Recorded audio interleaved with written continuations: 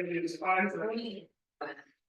It is 5:33, and I am bringing this meeting of the Dunsmuir City Council for September 19th, 2024 to order. And we actually have a decent amount of people in the room, so let's stand for the flag. I pledge allegiance to the flag of the United States of America, and to the republic for which it stands, one nation under God, indivisible, with liberty and justice for all. People need to make talking times. If you don't hear for closed session, say this for the open. Good. With that, we'll go into roll call. Councilmember Keisler Here. and Councilmember Deutsch. Here. Councilmember Bryan Present. and Councilmember Lucchese. Here. Mayor Clarno Here. is not working. Perfect. Keisler. Switching. I don't know where it is, dude. It's staying on there. Alright. With that, we will move into public comment on our closed session item tonight, which is employee evaluation manager. Everyone will have 3 minutes, so with 30-second warning, your time is up. We have limited any comments to this particular item, as we will have general public comment when we come back to close the session. With that, I will open it up to public comments.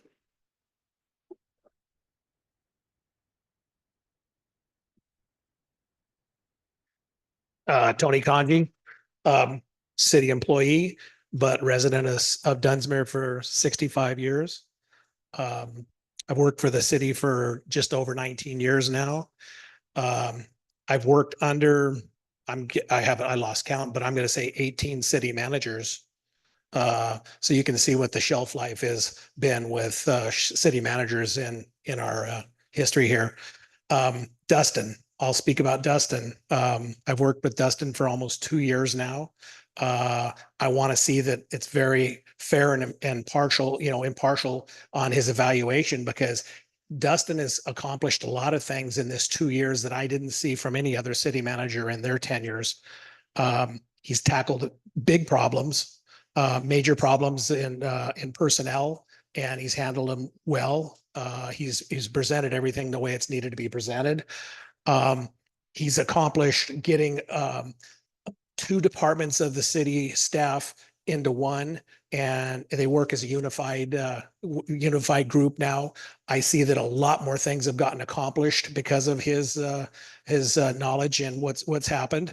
I just can't say enough good about the man. So I want to see that his evaluation is being handled very fairly, because he's handled a lot of things that he's had to from the city standpoint, with protecting the city, not trying to be anti-business or whatever it is. So like I say, I feel like he's gotten a bum deal on some of these because of what he's had to handle and not allowed happen. Because people want to see business in the city and he's anti-business. I don't see it that way.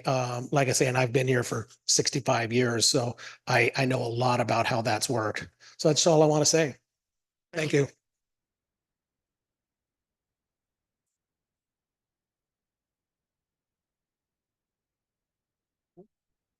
Is there anyone else who'd like to make a public comment this evening? If you're on Zoom, feel free to signify by raising your hand. Seeing no one, I will close public comment on it.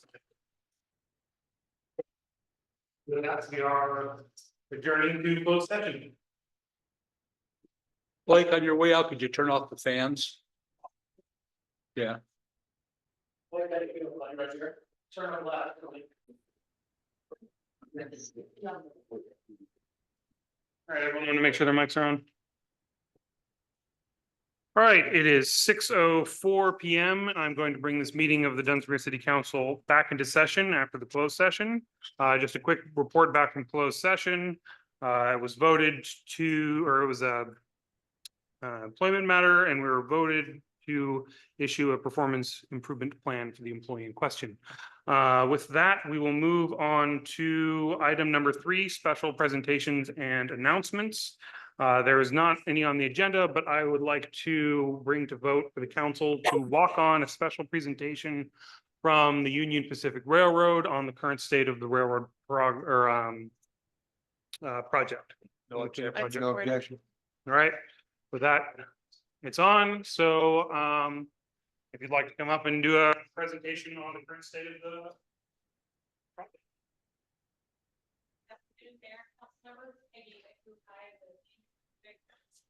Your mic is not working, honey. Is it working now? Fantastic. Okay, we'll try this again. Can't believe it won't go down to.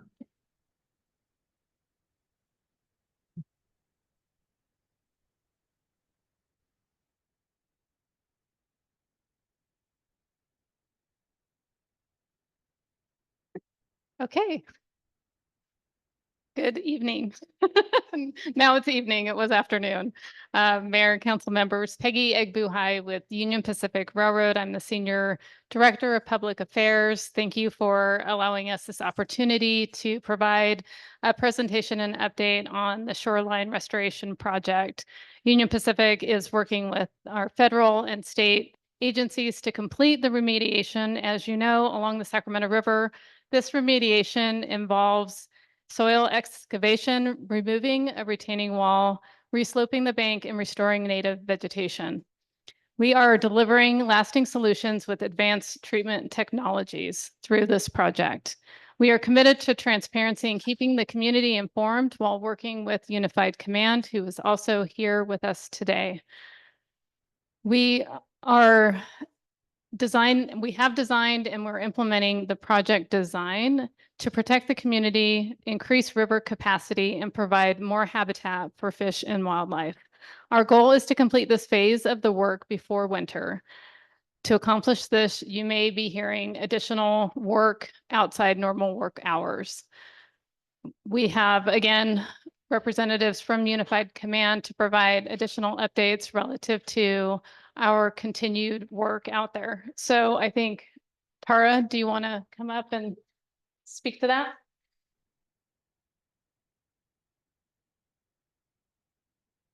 Good afternoon, everyone. My name is Tara Fitzgerald. I'm the Federal On-Scene Coordinator for this site with the United States Environmental Protection Agency. What I mainly wanted to update the council and the public on is the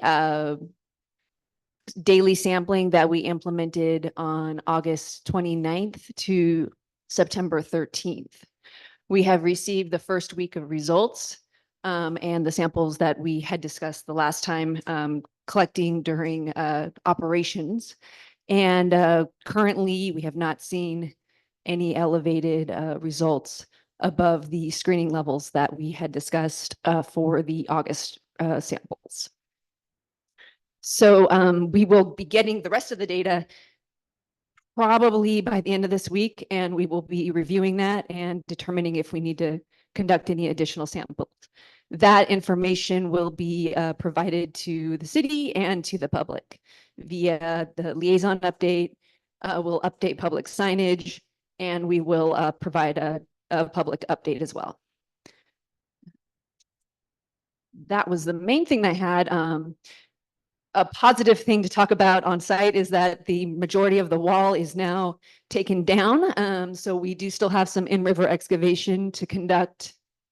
We don't have a deadline to complete that yet, but we're hoping to finish it up in the next couple weeks.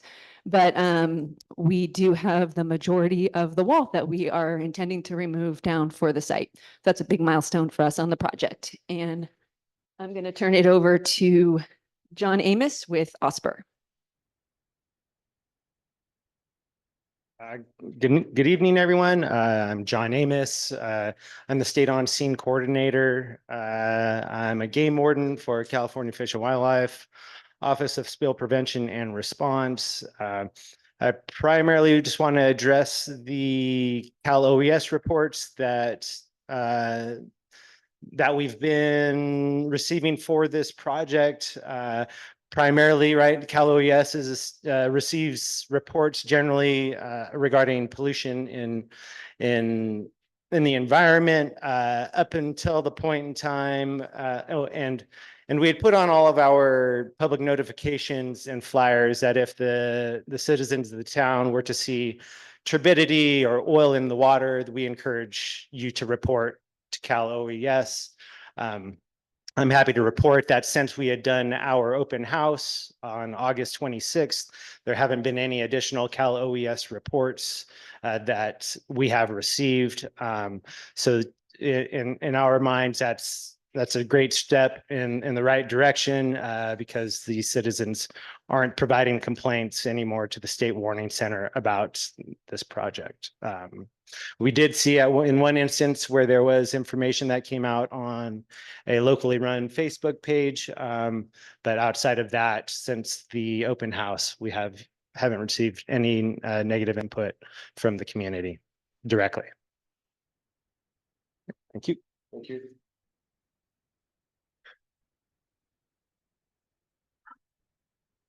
Thank you very much. Or do you have any more days? Okay. Can I make a comment on it? Yeah. I just want to say for the public that the council all had a trip down to the rail yard and a tour of all the work that's being done. It's really phenomenal. And you can see if you go to the northern part and work your way down, you can see the process in play. And it's really pretty amazing. And the biggest thing that I was really impressed with most of the people, a lot of the people here who were down there with us, is all these specialties, all these scientists work in different areas, all coming together under leadership and making sure that everything that's being done is being done the right way. So I think we can feel comfortable that the team that's working here is really doing a good job to make sure that we're safe. Mr. Mayor? I think it behooves us to let the people know. I saw something today with my own eyes that looked like milky water.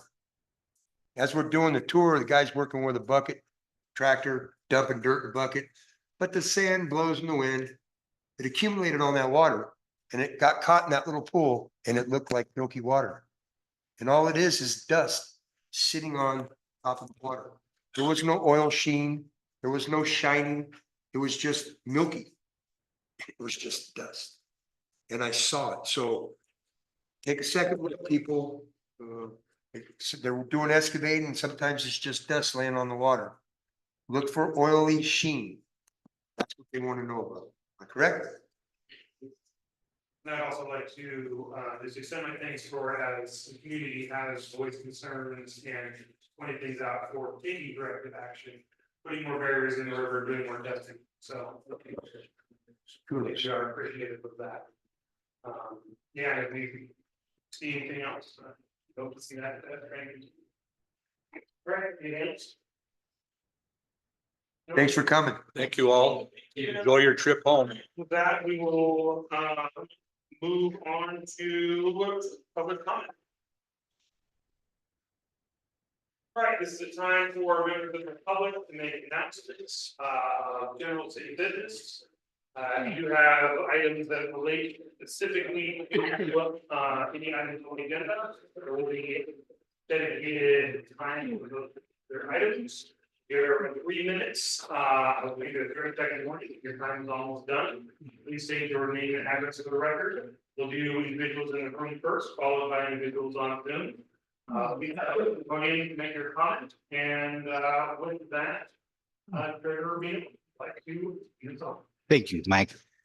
To start with, we better have the inspector check that water fountain. Doesn't look at handicap height. All right. Mike, I'm here to talk a little bit about budgets. I like to use the word conservative. I wouldn't say that you put a number on that's so high you don't have to worry about exceeding it. So basically, council represents citizens, and the citizens pay these fees and taxes. We have a right to know how the money's spent, and not just a guess, not just a conservative number out there. And as we were told by the auditor just recently, if we're showing incredible incomes in the revenue, they want to see that too, because the citizens have a right to know how their money is spent. We do, according to the last audit, have two enterprises that are in deficit. Sizable deficit. We probably are going to enter into the sewer at some point. The main thing about the sewer enterprise is it was supposed to be having a certain amount of revenue at this time.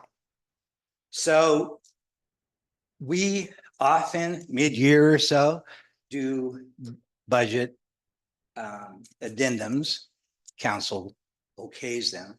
And the reason for that is to make the budgets even more accurate so the citizens have a right to know how their money is spent. So I have a real issue with that, what you had said about that. I have with me the solid waste that we passed years ago. In it, it says, and you know this, we've discussed it, and it says, no street sweeping, no trees. Even though the citizens passed this, okay, we still entered in and put street sweeping and trees. And because of that, solid waste went down a little bit faster than expected. Okay. So there's two things councils can do. One of them is promise about a 218. And I can tell you quite a few stories about that, or the solid waste that we had that by accident, the city and Pace Engineering made a mistake as far as revenues. And that's what cities do. They make mistakes too, especially in numbers. Thank you.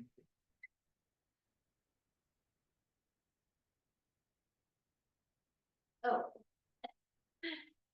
Hi, my name is Cammie Davis. The address is 5709 Castle Avenue here in Dunsmuir.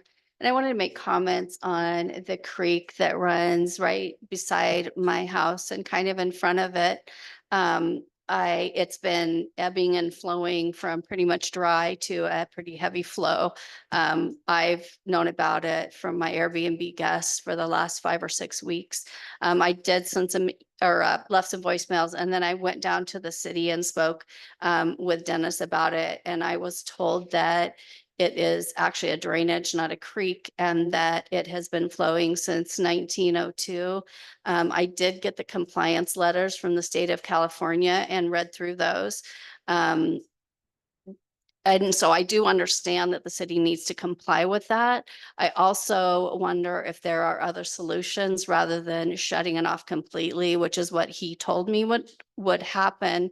It has been running since 1902 from what he had told me. You know, the dirt around it and everything was settled. There was fish, there was trout up by my house.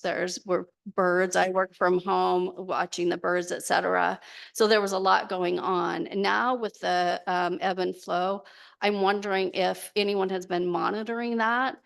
In front of my house, there is erosion. I think the biggest, well, no, there are equal concerns is that the roots of the trees close to my house, 9 feet from my house, is where the water has gone up and started eroding some of the dirt.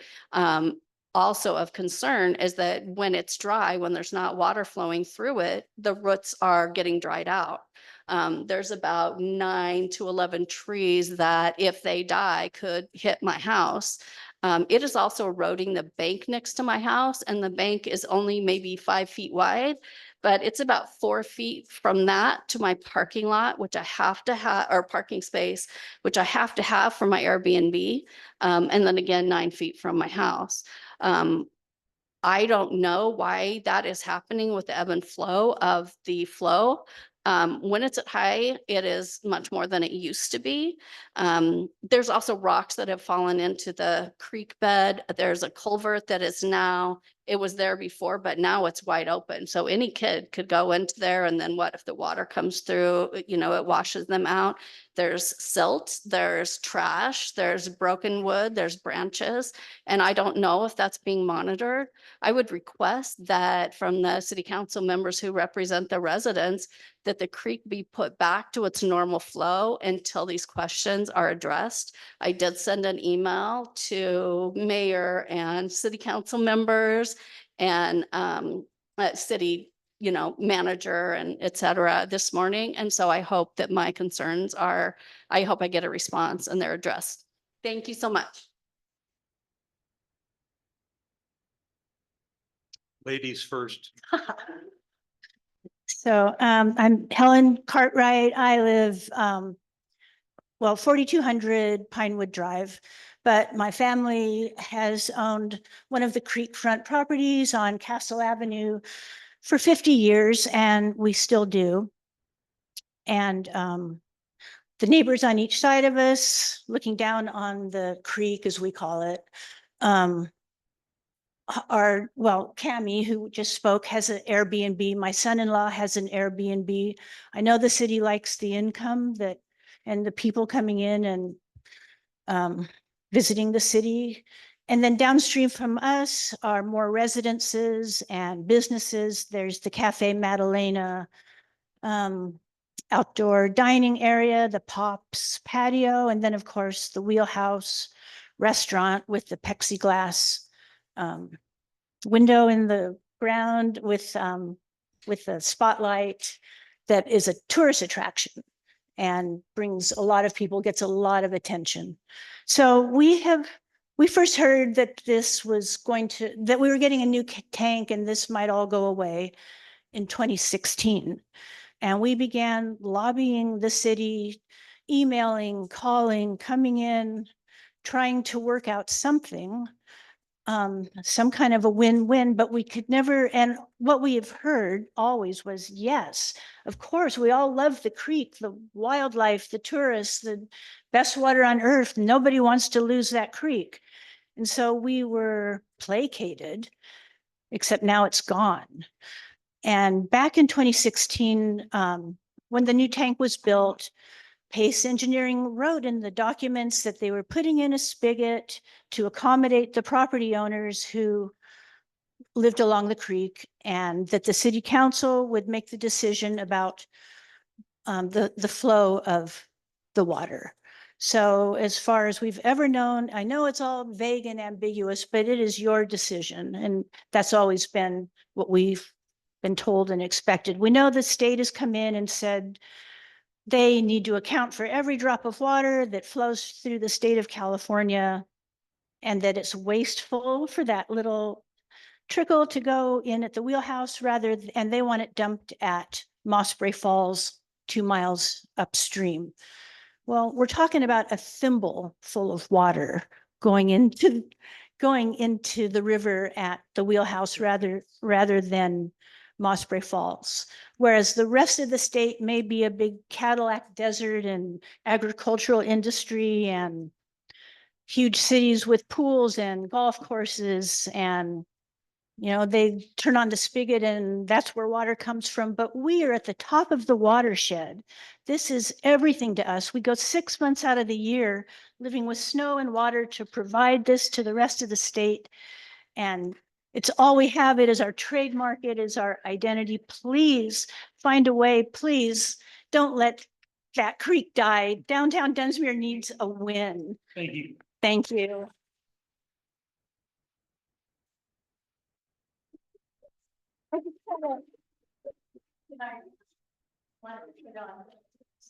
Your next agenda.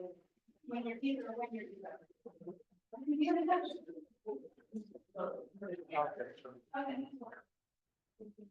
How do you come over here?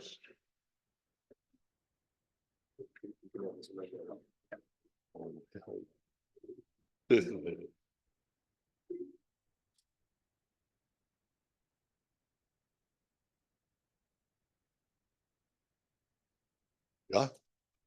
Mr. Mayor, council members, and of course, a special shout out to Mark Juarez and the city attorney. I would like to talk tonight about the building formerly known as the Dunsmuir Hotel. And as we all know, the hotel suffered a fire, not last month, not last year, more than a year ago. It resulted in 4 windows on the top floor being blown out by the fire. It resulted by the city or the fire department declaring the building uninhabitable. I was on the council that supported a full-time code enforcement officer. I was on the council that supported the empty and abandoned building ordinance that the city attorney assured us now we have all the tools we need to effectively deal with buildings falling apart. There is a person in this room, a citizen honorable, that had a 3-hour discussion with Mark Juarez. And in that discussion, Mark Juarez apparently said the reason that he has not repaired those windows is that the city of Dunsmuir has prevented him from doing so. That's what he said. Councilmember Keisler had an opportunity when he was mayor to help save downtown buildings. He didn't do anything. Councilmember Deutsch had an opportunity when he was mayor to save the downtown buildings. He didn't do anything. And I don't understand, with the addition of a private law firm that is specifically designated to support your existing legal advice and litigation if necessary, how those buildings continue to deteriorate.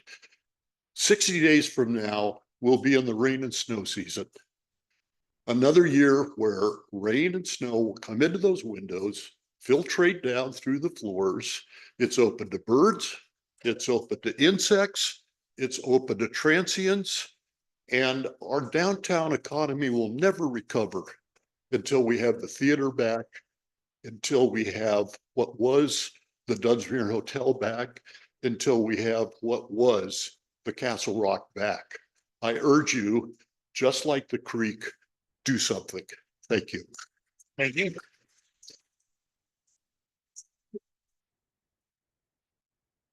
Hi, my name is Tiris Wilson. I live at, I'm gonna probably cry just because I'm an emotional person, but I live at 5715 Castle Avenue. So I live right on the creek, or what was the creek. And for the last, I think like 3 years, a creek that there was fish in, a creek that birds drink out of, and a creek that I saw bears drink out of too. I'm just basically here to say that I love the creek, and I really hope that y'all will consider putting the creek back. There's a lot of Airbnbs on my block, but like I live on that block, and so that creek is like part of my home. So thanks so much. Thank you. My name is Kate Clother. I live at 4403 Oak Street. I'm here to complain about the city shutting off the creek. I am so upset. I had no idea this was even happening until today. And this creek has been flowing for over 100 years. It was engineered to cool several of our beautiful historic downtown buildings with like amazing natural air conditioning. I used to work at what is now the Wheelhouse, and it was the Gandy Dancer. And in the sweltering heat, that creek saved our lives. I've seen, every time I'm in there, I see tourists gazing down at it. My son has caught a huge salamander this long out of that creek. There's fish, there's wildlife who need that water. It's not just turning off a hose, like that is actually now an ecosystem that has existed for over 100 years. And I cannot believe it was shut off without proper investigation, of the ecology of that area. Not only is the ecology a problem and the air conditioning a problem, but tourism. We're always talking about it. We want tourism. I know that many years ago, Hedge Creek Falls was saved by 2 women, 2 former school teachers. Mike Wright's mother was one of them. It's called the $1 Million Waterfall, because that water was going to just be shut off when they put in the road. And I am just encouraging all of our citizens in this community to rise up and stand for this creek, and for the city council to please protect our water and our culture and our critters. And yeah, just please do what's right. Thank you. Thank you. Tim Holt.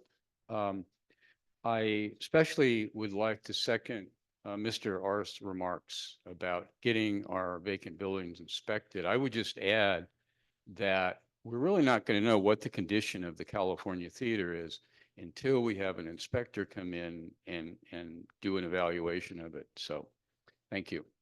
Thank you.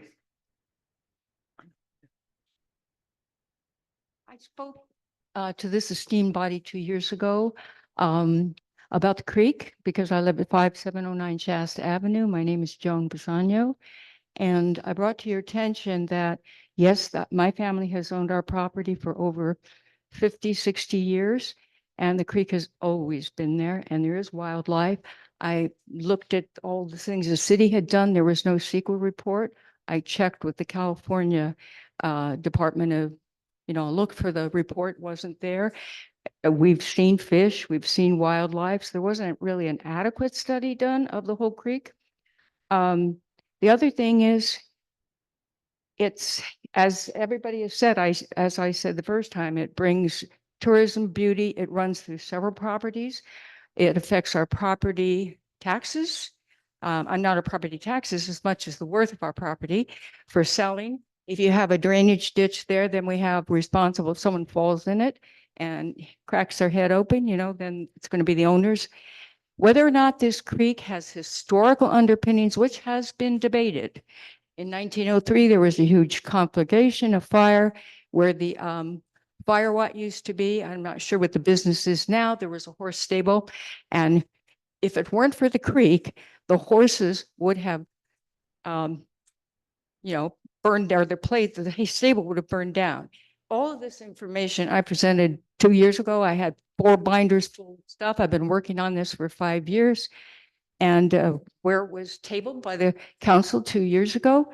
And it was tabled because you said you needed to get a report from your own attorney and from Pace Engineering. Of course, I didn't hear back. And, I think one of the things that we expect in a democracy is that citizens do have a voice and that the council does respond to them. It was a win-win as far as we were concerned. If you can put a valve on it, the water goes to the Sacramento River, so there was no question about anything with the drought. We did get an attorney because I wanted to learn about water rights.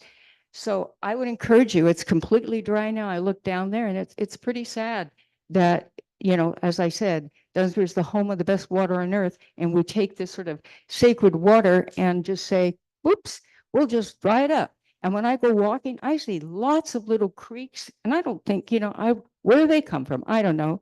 There is evidence up on the hills that this creek, there is a natural flowing creek, but I don't care whether it's natural or runoff. It should remain. And I wish the council would take it under consideration and respond. Thank you.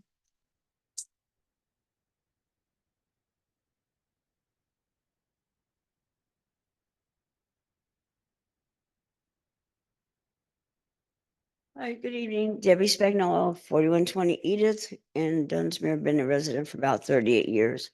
I had a whole different beginning of this to talk about tonight, but I guess I won't change it. I want to talk about the rate increases. I went to the financial meeting a few months ago and was looking at their proposed budget. They talked about a new street sweeper. They talked about employee wages. I didn't understand that. They talked about trash cans are being rented. And in the letter that we got at home, it said that we had to start separating our garbage. Well, many years ago, we used to own our own trash cans. I don't understand why the city has to pay for a rental. Maybe I'm saying this wrong. A rental of the trash cans that we have now. That could be eliminated. The street sweeper, brand new one, does not cost $500,000. I looked them up. There's all different kinds, depending on what kind we use. It goes, a brand new one goes anywhere from 265,000 to 365,000, depending on, and then it goes up for different models. I haven't had my street swept in probably 2 years. What I don't understand is why do we take an employee that is already employed by the city? They should already have it in their job description. They should already know how to do this stuff. And you take them out of, I guess it's City Works, I'm not sure where, and you put them in the accounting department of the solid waste and you charge their wages to them because they can run the street sweeper. Why don't the rest of the crew know how to learn how to run the street sweeper? Why go through that expense? That is not fair to us or anybody else. That's not right. And if you come and work for the city, you should know how to run the equipment. Do they know how to run a chainsaw? Do they know how to fix a flat tire? Do they know how to even maintain half of this stuff? Why is it our 10-year-old street sweeper dead because nobody maintained it? Why not? In doing the research, maybe $1,500 a year to maintain it. So what happened? Why are you guys wanting to buy another street sweeper? No. Also, the separating of the garbage. In the letter, it said that in 2027, the state of California is going to make us separate the garbage. And that in the budget, it talked about having to pay someone to separate that garbage. We're not stupid. We can separate garbage. Give us a green can, a blue can, a 30 yellow can, seconds. whatever. And stop spending money.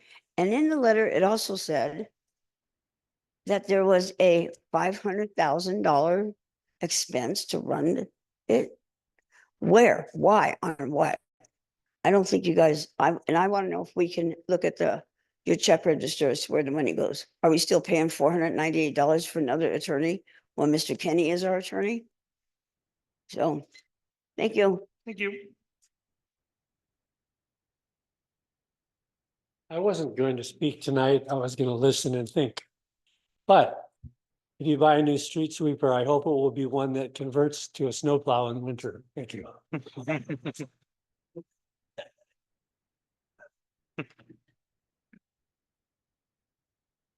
didn't come here to speak on this. Frank Alessio, 4150 Prospect Avenue. I've been giving some thought to the solid waste problem. How about getting a competitive company to come in, get some competition going, drive some rates down? Solid waste, Mount Shasta, go up against these people, bring it down. Thank you.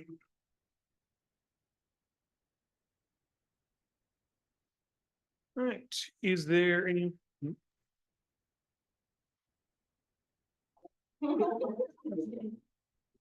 Hey, everybody. My name is Shauna Mardui. I'm currently at 107 Sisson Street in Mount Shasta. My family moved to Dunsmuir in 1946. So I've grown up, I wasn't here that long, but for 3 generations, and all of our generations appreciated the creek. So I'm here to just be another voice to say that we are hoping that there's another solution, and I trust that you guys will look into that and see what can be done. It sounds like it was shut off without environmental. It's just so crazy. You can't put a bike trail in without like 5 months of research on a NEPA, but they can turn off a creek overnight. Of course, I don't know a lot of the history here. But just speaking from the hospitality industry's perspective, as well as somebody that comes in and out of the area and brings a lot of friends in, the creek is a large tourist draw. So it's not just a benefit to our local citizens, but also just in terms of that part of the industry for our town. So just want to be another voice to say, let's hopefully maybe we can keep that water running or get it back going in there. Thank you. Thank you.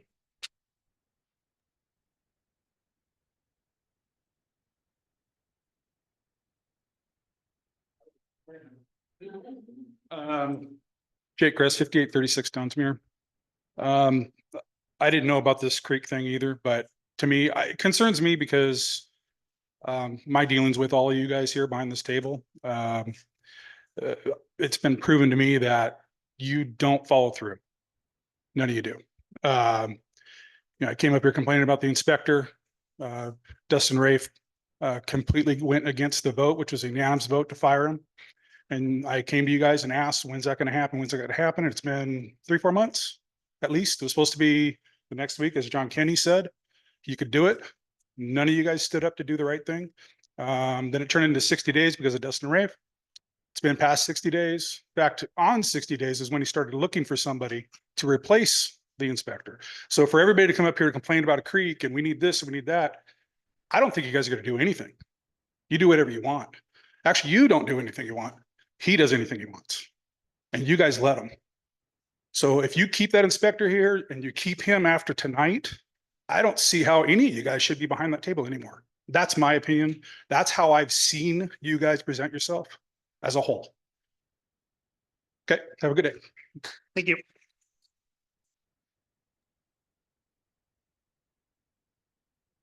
All right, anyone else in the room? Seeing no one, we'll move to Zoom. Yeah, So I think Mark was Mark was first. Mark, Yep. if you'd like to go ahead and unmute. Yes, I want to make a comment to Peter Ars and Tim Holtz's comment. We had that window boarded up until summer when it was getting warm. We've been keeping the hotel up. It's in very good condition. And we took the boards out of the window to simply have fresh air going through the hotel. We're going to put it back well before winter. And Peter Arth is a brilliant attorney, but not always for the good. And he has a very crafty way of misrepresenting things, as he's just did again. We've kept the building up well, and the window is simply open to let fresh air through. It will be boarded up well before the weather gets bad. And again, it was just opened well when the weather was good. That's it.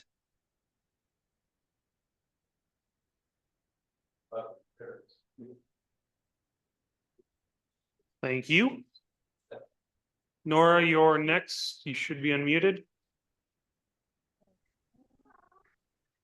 Hello, I'm Nora Silver. I'm at 5914 Mountain Avenue in Dunsmuir, and it got brought to my attention today actually about the creek issue and the shut off happening. And I understand that there's regulatory issues at play here, and it's a complicated situation, but I really hope that you guys are able to see that it's an important issue for the community, and that creek is really important to us, and that it clearly has historic value and ecological value, and that there are probably ways to keep it running given those two pieces specifically. So I just hope that you're able to look into that further so we can try to keep that sweet little creek going in our town.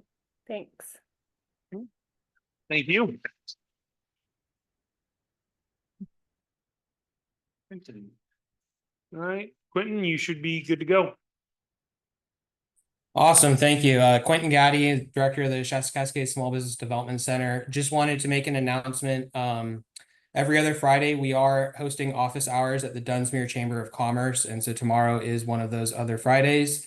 And so we'll be there from 10 to 3 p.m. and we can meet with any small businesses in the area. We help folks, working with some on buying and selling businesses, on getting commercial property loans, marketing, human resources, whatever they sort of need assistance with. We provide no cost consulting. And so just wanted to make it known to everybody out in the community that if, you're a small business in Dunsmuir, you don't have to go up to Wairika. You don't have to go down to Reading. We'll meet you at Dunsmuir Chamber of Commerce on Friday. So we'll be there in 2 Fridays as well. And so if anyone has messages, they can find us online. Thanks. Thank you. All right, any other further? I may have inadvertently lowered somebody's hand, so can you just tell them again if they'd like to raise their hand? Go to If the there was reactions anyone tab? else if there was anyone else online who had their hand raised and it was lowered, please raise it again. And while we're giving a second or two for anyone to do that, if there is anyone else in the room who would like to make any additional public comment, you're more than welcome to. Tony Kanji, I spoke earlier, live at 4341 Brandstetter, worked for the city for 19 years. I'm not trying to say anything bad about what's called the creek. It's not a creek. It's been an overflow off of a tank. Everybody has called it a creek. And like I say, I thoroughly loved it when I go to the wheelhouse and see it going through there. But what people don't understand too is that city's got a huge liability of this creek running from up there off of the high school tank all the way down underneath properties, buildings, and everything. The city has incurred a lot of expense in trying to keep the drainage open because that tank was flowing 700 gallons a minute overflow out of that. So that was a substantial amount of water. I myself, with a lot of the public works crew, spent time at Shasta Terrace when that drain plugged up there, it's a culvert. It's a good sized culvert because I'm not going to say names, but two of our workers have been up that pipe trying to clean the roots out from that being plugged. So there's been liability there for that. There's been liability down on Shasta Avenue from erosion that goes between, I believe it's 5705 and 5707 Shasta Avenue, where it flows in between two properties there. Just last year, we had to put some emergency work into that area right there underneath the metal grates to get a culvert pipe because it was eroding underneath there. We've also worked a number of times in my 19 years. I'd say in the last 5 years, a lot of time down at the bottom by Cafe Madalena, because it comes underneath via the California Theater down underneath what's dandelion dust now, and then flows out underneath the sidewalk there into the back of Cafe Madalena's. We've pulled numerous amounts of growth out of there. So that's telling you that the culvert pipes that are in those areas are rotten. They're not being able to be maintained because they're down on the ground. And the city, if the city's responsible for that creek going through there, then if we have water going through that, and something happens, we have to maintain and correct that problem. So I love the idea of the creek. And then also I got to remember the fish that were there didn't come up from the Sacramento River. They were planted in there. And I think that's cool. I think that was neat that they were there, but they weren't native fish to the Sacramento River that jumped up through the culvert pipe that flows in at the city down here by about 5 feet from there down into the creek, into the river. So just to let you know that I'm not trying to be bad about it. I just want to let everybody know the other side. Thank you.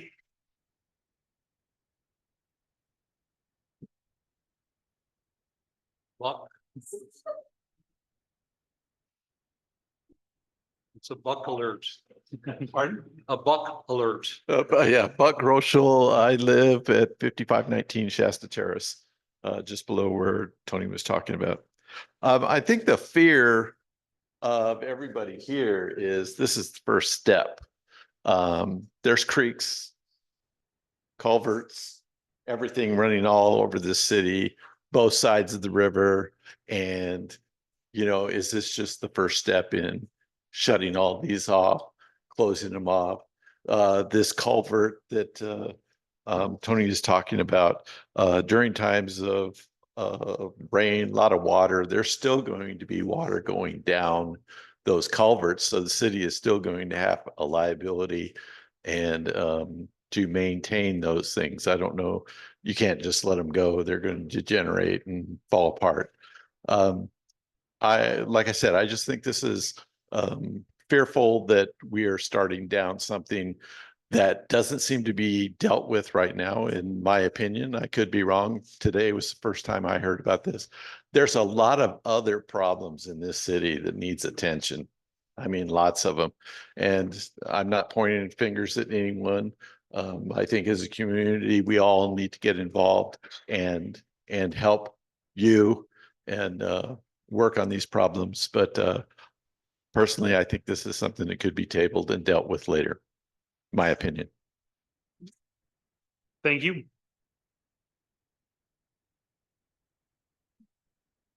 All right, anyone else? Seeing no one, I will close public comment for this evening. And we'll move on to council and staff comments, starting with Sheriff Ortiz. Thank you, Mayor. Dave, can you pass Sheriff Ortiz?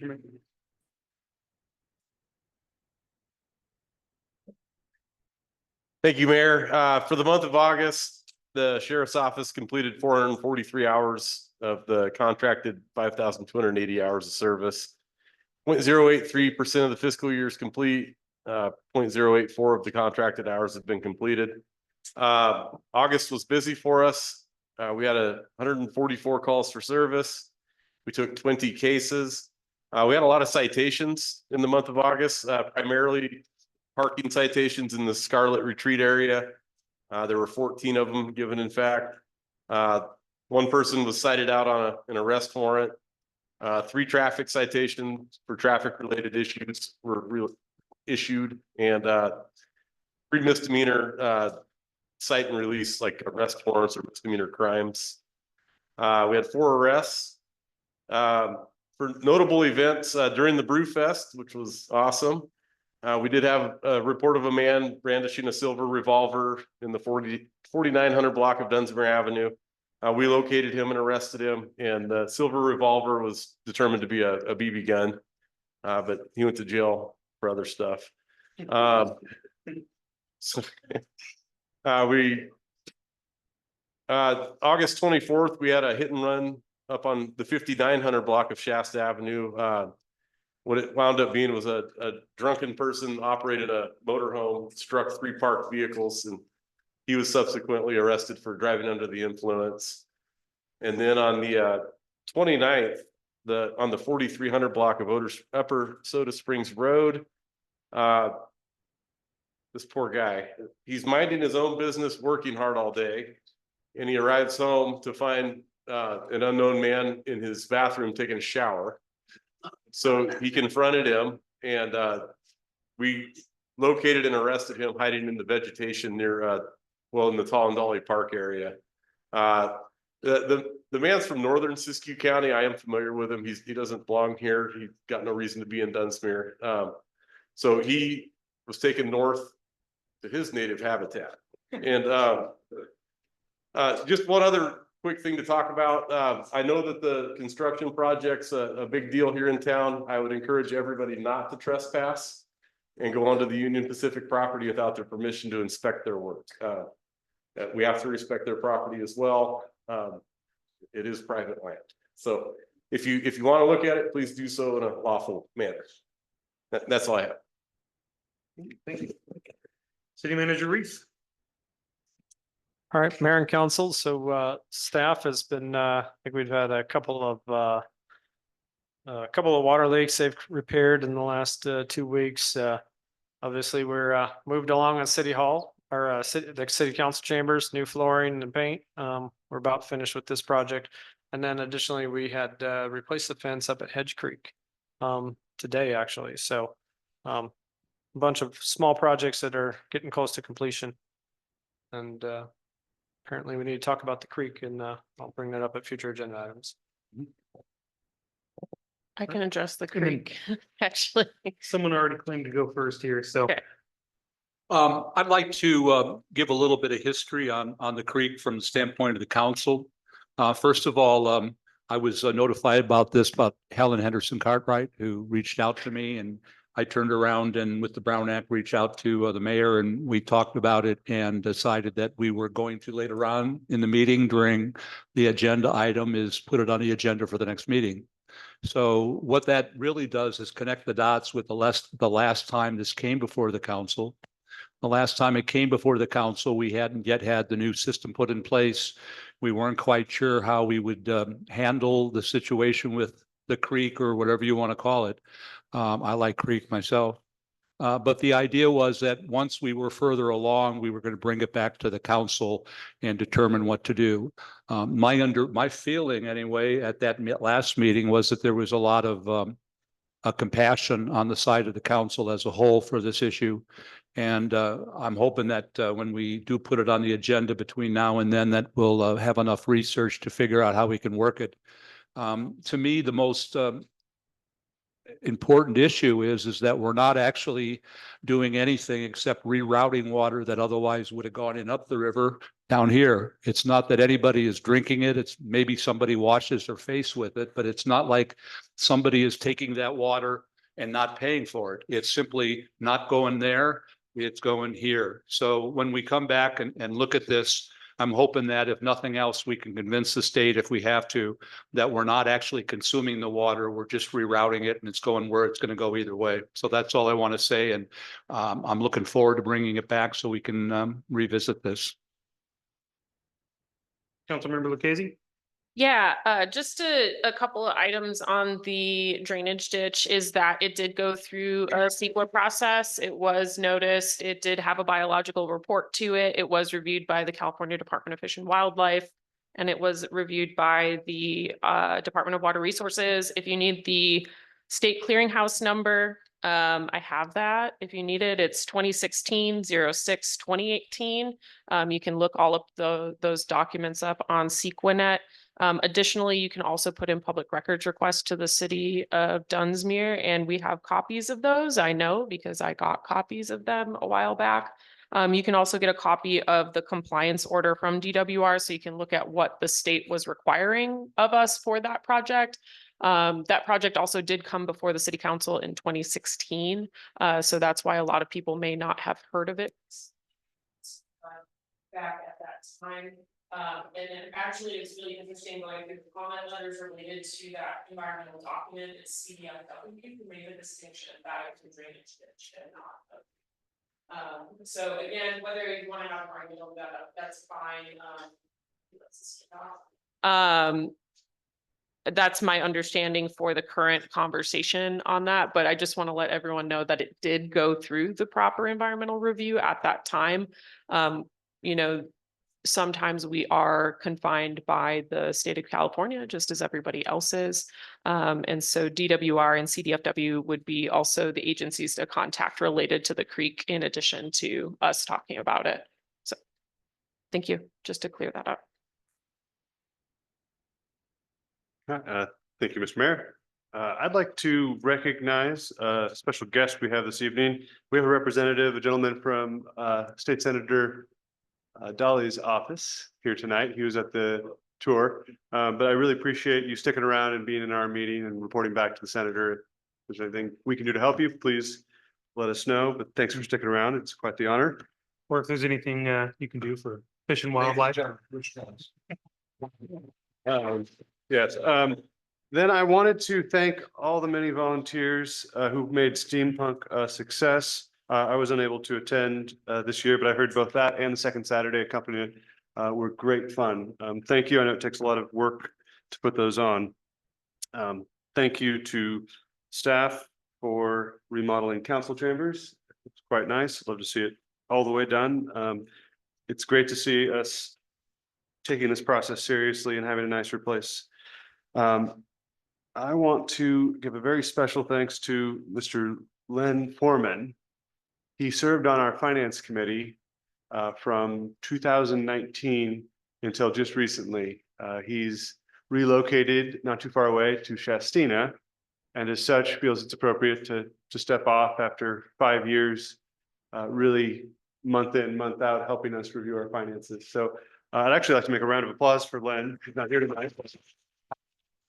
It was a tremendous gift of his time and his wit and passion and resources for helping our little city. He will be involved, as well as wife, in the community going forward, but just not in that capacity. On that note, there will be a citizen vacancy on the finance committee. So if anyone has an interest in being involved, it's really a great way without too much time to be involved in the guiding the city financially. That'll be posted here coming up soon, I would imagine. It already It's posted now. Okay, so go to the city website or talk to me or City Hall if you're interested. Let's see what else. Hedge Creek, thank you so much for fixing the viewing platform. I've been waiting for that. We have close to 60,000 visitors a year. Some of them, it's the only part of Dunsmuir they see, their first stop. It's very important as we seek to garner partners and build moss spray that the trails we do have look like they're in tip-top shape. So I'm glad to hear that's the case, and I look forward to seeing it soon. I would like to address briefly the creek drainage issue. I do remember our last meeting, and on a personal note, I remember that creek going to my childhood as well. The coolest thing seeing it in the building that is now the wheelhouse. My understanding is the state has pretty strong stances on this from our last meeting. I would love an informational item with the members or agencies in the state that are doing this. My position is, if it's Dunsmuir's decision, I'm very open to keeping it going, but let's find out exactly what the state is requiring, so we're all educated on this topic. And then, gentleman Frank, thank you for bringing up, relative to the solid waste study, the need to maybe bring costs down. Just so you're aware, we had the same company doing our waste hauling for many, many years. The contract was from 1973. They never updated it or made it a competitive process. And 3 years ago, this council put it out to bid for the first time in over 50 years. And it was a fair RFP process. We actually got the people who used to do Mount Shasta's garbage, Smith Sanitation. So there was 2 respondents, and it turned out that the Clemens, who currently does it, and has done it before, they actually came back the most affordable. So we're, I believe, 3 years into a 7-year contract. At the end of that 7 years, we will have another competitive process to make sure we're getting the absolutely lowest rate for the city. But thank you for thinking that way. You know, we agree with it wholeheartedly. My last thing is, it was brought to my attention that the Planning Commission hasn't had enough material to meet very often in recent months in this year. And I think it'd be really wonderful to bring them into some of the work council's trying to achieve, and I know they're very supportive of. I'd love, and it doesn't have to be right away, but maybe going into the new year, I would like a joint meeting with council and planning commission. As I recall, we've only ever had one, and it was for Brown Act training. But I think it'd be wonderful to revisit what, in addition to planning in our code, we've tasked them with, because we've given them tasks from time to time. But I think they're an amazing group of volunteers. They show up, they're motivated to help the town. I'd love for council and them to be on the same page with the progress we intend. But thank you. Councilmember Tyson. There's an item later on the agenda. Now, this is the last item of the night. I'm going to save all my comments to then, and I hope some people stick around. Thank you.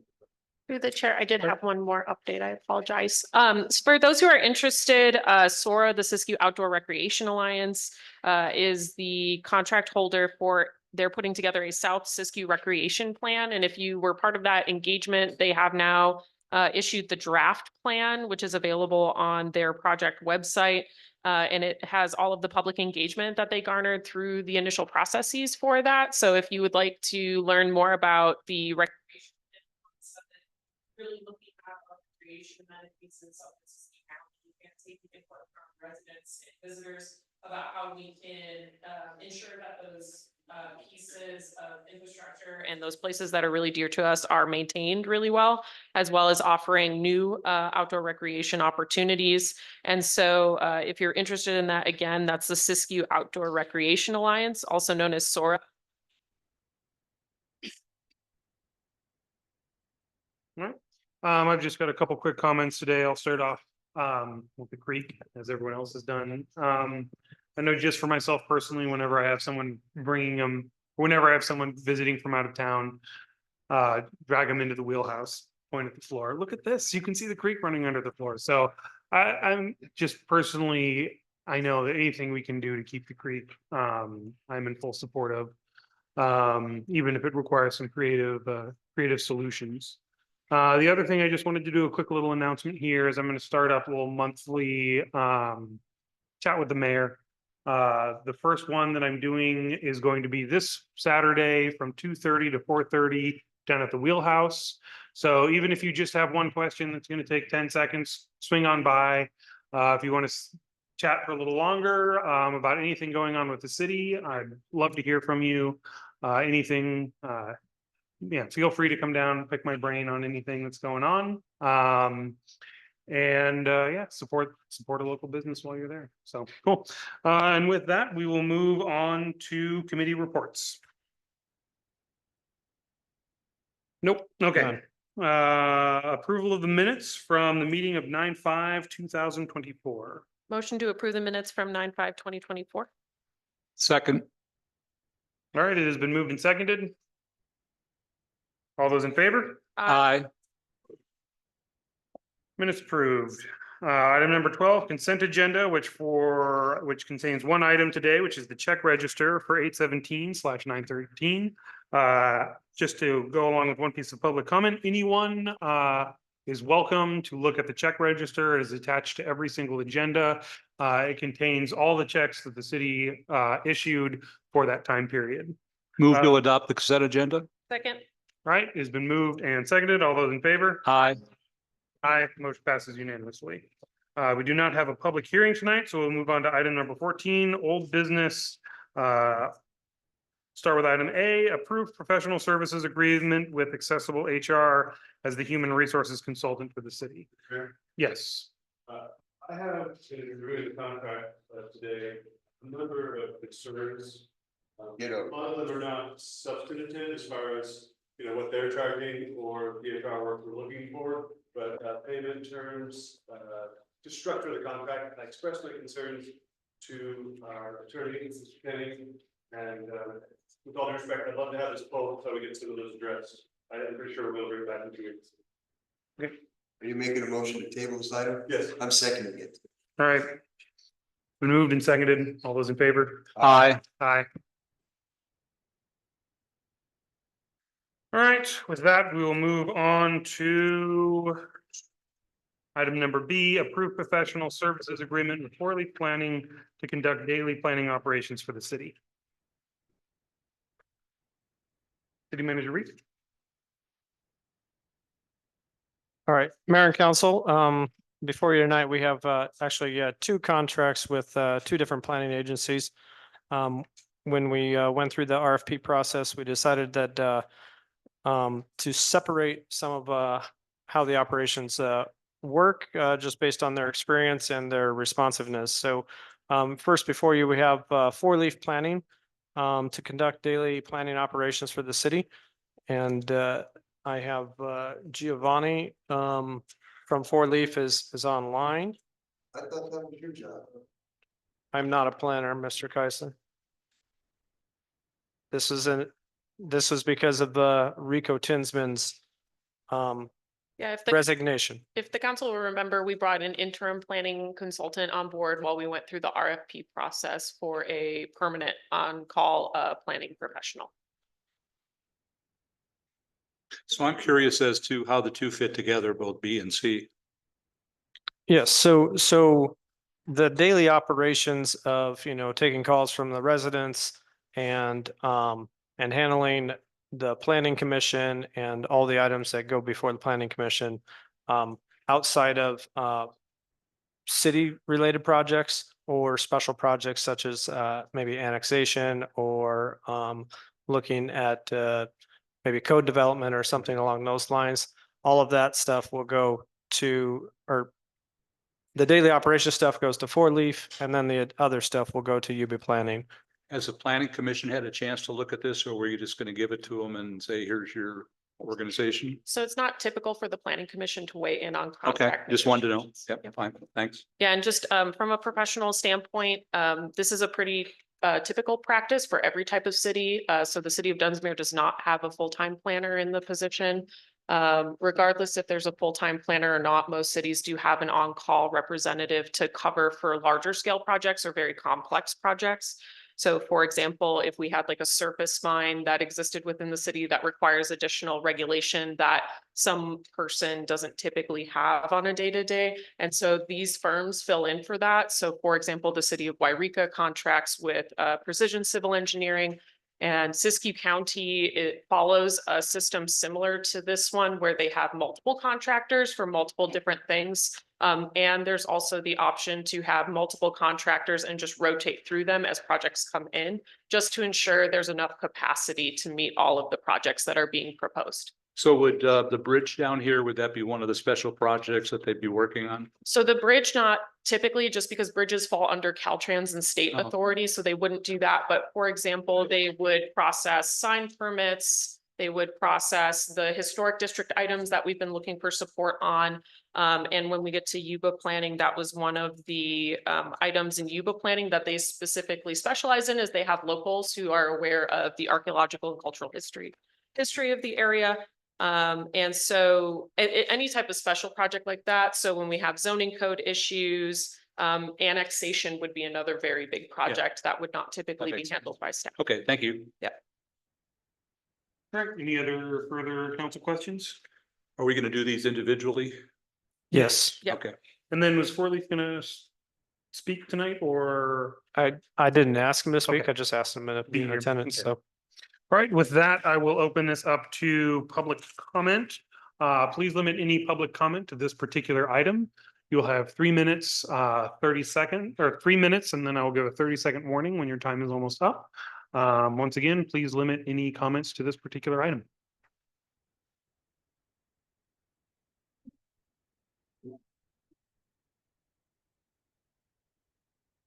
Debbie again. Can I understand this, please? The four-leaf planning is to conduct daily planning operations for the city. What for? You talked about all this large, we need this project, that project. Is this Dunsmuir or is it Brooklyn? I mean, what's going on? I don't get it. And how much is that gonna cost? Why do you guys are supposed to know things and plan things and talk to the planning commission and work hand in hand with people, and you guys keep going outside to outside other corporate, other businesses. And you keep you have to keep paying them. What for? What's wrong with Dunsmuir? Yes, we need more business. Yes, we need more kids. Yes, we need a bank. Yes, we need some more good things to happen.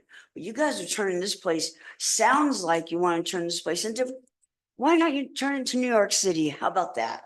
Instead of leaving it as good old Dunsmuir with its natural, beautiful resources, with the rivers, with the animals, with the water running through the restaurant. I mean, come on.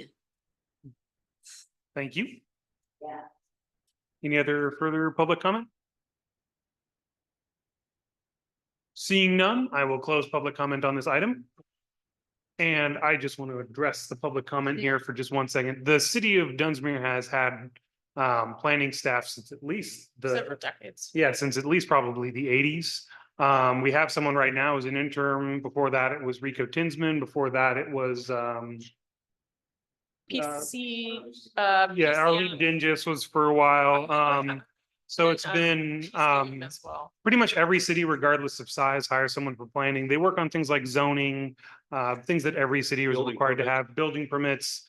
Like I said, we have someone now. It's a very technical and professional position that requires a lot of knowledge of California code, state law, federal law, that is just beyond the capacity of normal. So we have always had someone, at least since the 80s, and probably even well before then. And through Yeah. through the chair, one of the things for the general public to understand about these types of projects. So when you have day-to-day applications like sign permits, building permits, those have a fee associated with the application fee, and that covers the time to review that permit. And so the fee schedule that's approved by the city council via resolution looks at the contractor's time to process those applications. And so the city's general fund doesn't typically pay for applications unless the city council decides to subsidize a certain type of application. We've brought that example up in reference to comments made about the facade review for the historic district, for example, and that was referred over to the finance committee for review. So for example, if it takes a consultant 5 hours at $20 an hour, that's going to be, $100 for that, whatever. And so the city council can decide to subsidize that with general fund revenues, but that happens at a fee schedule discussion. Or the city council can say, no, this is a private entity applying for an application. They pay for the whole thing out of their dollar. That's very typical within the state of California. So in terms of the four-leaf projects, this would be day-to-day operations. And so there's like a list of fees associated with each application. That's what you would pay. And then these individuals would come and they would evaluate your application.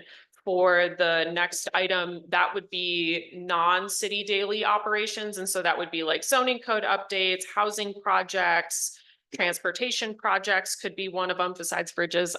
I'm sorry, Bruce, that was like the one thing that they can't cover. But so for UBA planning, that would be something that the city council has to decide to invest money in from the general fund, or they have to go and get a grant from the state or the federal government or private entities to be able to afford those projects. So for example, the public works building, that could be something that UBA planning would work on in terms of the environmental review. So we talk about CEQA all the time, which is the California Environmental Quality Act. That is a very specific thing that's required for every discretionary project for any jurisdiction in the state of California. And so these two professionals, if we go with these two, would then weigh in on, and they would prepare those documents for those projects. So that's basically what these people do. Like I said, we do currently have an interim planning consultant, Precision Civil Engineering. We brought that on when the previous contract planner resigned. And so we did not have enough time to do a request for proposal, which is a fair bidding process. So we brought the interim in, we did the bidding process, and then these were the applicants that were reviewed for their expertise and proposed for council decision. So I hope that addresses a lot of the questions and issues that were there. So One yeah. thing I kind of want to cut in here too is, day to day is the term day to day operations. And by that, it's just the normal operations of the city or the normal things that the city happens or goes through the city. And the reason we go with a contract planner like this instead of hiring someone just to work specifically for us is it's a small city. We don't have enough work for a person of our own for the most part. So we go with the firm so that way we're only paying for the work that we need them to do or the work that they do for us instead of hiring like a staff person to do this. There's days where we don't need any planning services. There's weeks where we don't need any planning service. They may only put in 5, 10, 20 hours a week for us. Some weeks where say the zoning code or housing update or anything like that is going on, they may be closer to full time. But the reason we go with a contractor is specifically to save us money because of the amount of work that needs to be, the amount of work that we have as a city. This is actually the second time this week that I've heard somebody suggest that we're trying to make this into something we're not, some large city, New York or San Francisco. What people don't realize, and I know that for the people that have lived here all their lives, remember it was small and what the world was like. The difference is that we live in a whole different world where all the different forms and all the reports and all the ordinances, all the laws, all of that has to be met. If you go up to Mount Shasta has a big staff. Look at Wairika. Wairika has a big staff. The thing is, except for some of the things that are different because you're bigger, everything else is the same. We still have to go through every legal aspect. We still have to have planners that understand the laws and ordinances. So we're not saying, let's hire these people because we want to be like a big city. We're doing it because the state and the federal government say this is what you have to do to operate effectively and responsibly. And so we're required to somehow get the people who know this. Now, we happen to be lucky because we happen to have an expert, I think, in planning in Ms. Lucchese, but she doesn't work for us. So she gives us a lot of good advice. And that's why I look at her every time we talk about planning. But the idea is to run the planning commission, do all the paperwork to make sure everything's legal, new businesses, planning permits, all of that. That's what this is. We're not doing it because we want to. We're doing it because we have to. And through the chair, quickly, one of the things that we've been talking about that we haven't had the capacity to do, as Mr. Arth knows, is the historic district. People have been asking for more support for the historic district, looking into more streamlined processes for businesses. So these types of firms would work on that. And we would dedicate funds, we would give them input, they would be in charge of public engagement. And so that's what these professionals do. And so unfortunately, I am a professional planner, but I work full-time for the city of Wairika. I don't necessarily have the bandwidth to work full-time for the city of Dunsmuir as well as a volunteer. And so these are the type of individuals, I try my best, but I do kind of want a life.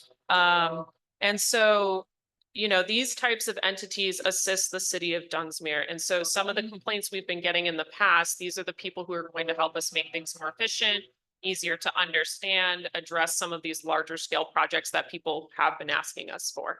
So thank you. I'll motion to approve the professional services agreement with Four Leaf and authorize the city manager. Oh, we have it? I'm sorry. No, we did do public. No, we did do public comment. Yeah. Not for you, but yet, but for Four Leaf. Okay. Question regarding the compensation primarily. For you, but which page are we looking at? We're looking at page 47. So we're only on Four Leaf. For Four Leaf in particular, I would like clarification on the staff augmentation work is subject to 4-hour minimum charges unless stated otherwise. Services billed in 4-hour increments. That might be a question for Giovanni. Yeah, and then also with the overtime, et cetera, you know, I see provided seems to be a big section of the compensation. Yeah. I don't know if that's a big part of planning typically, but say it's needed. The only thing that really protects us from these, you know, multipliers of wages is director or other designated city personnel. So I just want to clarify that a little bit. And then miles driven during the course of inspections will be charged at cost plus 20%. Does that mean cost at the IRS rate plus 25%?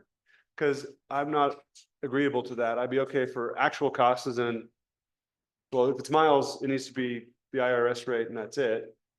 I don't see where the extra 20% would come from.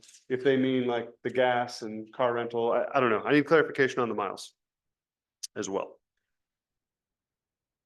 So we do have Giovanni Are- from Four Leaf available to address specific questions. Giovanni, are you available to speak? Yes, sir. Can you address those questions, please? Yes. So in regards to the 4 and 8 hour increments, I'll tackle that one first. That we can definitely take away and we can just go straight time if that's benefits the city more. That's mostly in there for inspection purposes, which obviously this is not inspection purposes. This is for planning. So straight time would be advisable for this. And for the mileage done, that's also during the inspections. All the mileage that we would incur to get to Dunsmuir, we don't bill for any of that. So that is just strictly for the inspection purposes only. So, okay, say, where are you guys based? We have our closest office is Santa Rosa, California. Okay, so Santa Rosa. So for an inspection, an employee, Not doing inspection reports. oh, they're not doing Like inspections. they offer other services. Is that what I just got? That you offer other services? Yes, And that yes, specific that's one what is they're- for services that we're not contracting with. Yes, those are just in there for the other services, not for planning specifically. Well, Okay. say there was a reason for you to come up here, how would the mileage work? Say Santa Rosa is probably what, 200 plus miles away? So let's just use 200 for round numbers. What would the charge be? Oh, there would be Come here and back. there would be zero charge for that. That's for building inspections for once they're in the city. It would be just throughout their day to day. That wouldn't be for us traveling to get to Dunsmuir at all. Okay, would there be an hourly charge for the travel time? No, sir. Well, what contract says that's the hourly rate. And then it has 57 cents a mile.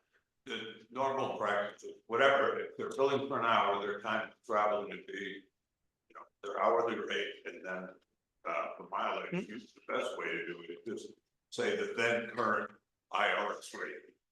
I agree, but I don't think that's the answer we just received. So in discussion, my understanding is that travel to the city of Dunsmuir from Santa Rosa is not part of the charge. They would not be charging for compensation on that. Correct. Well, can I just make an amendment? Would we approve the contract with changes of removing the staff augmentation work is subject to 4-hour minimum charges? Change director to city manager and remove mileage driven, remove that entire thing. So we approve the contract with those 3 changes. Well, I would say if they're willing to guarantee the amount of charges for miles driven outside the city, we wouldn't hurt to have that in there. Yeah, I would think just because if it does or ever is a Okay. need. With that addition, then. So regardless, we will reimburse at the IRS, current IRS rate without a 20% increase. But my initial inclination is not a 20% extra, I want to see the purpose. Want to make a motion with that amendment? Do you want to? You can make that motion. I have an additional question for city staff. Okay. After, we're done. So my initial question, thank you for the answer, I really appreciate it, I'm quite for doing spots. What were the other respondents like when it comes to the costs? Was this selected primarily based on cost concern or the most able to meet the needs of the city? Both are legitimate concerns, but I was wondering if you give us some perspective on their selection. And specifically, I'd like to know if Plan West submitted as well. Yes, yes, they did. So we had six actual firms submit. We interviewed 3. We did not interview, or we did interview Plan West, but decided not to go with Plan West. Ultimately, so when you look at the hourly rate, a lot of the preparation of our work is planning technician, assistant planner. Four Leaf has a very broad depth of personnel to pull from. And so their rates were actually, when you look at the average and where, like, we're not going to use the housing policy director as often as we're going to use the planning technician, right? So the idea was they had some of the lowest rates in the tier compared to the other firms. So it was a combination of the depth of personnel that they have with their expertise, because I believe they you had like was it 30 people in your planning department, or was it, can you clarify that please, Giovanni? Yes, currently we have 36 on staff. Yeah, so they have a lot of depth. So one of the concerns we had with some of the other firms was their size and capacity, just because they have other contracts as well besides us, and we wanted to ensure that there was some flexibility. And so that was we felt that was a good basis to go on.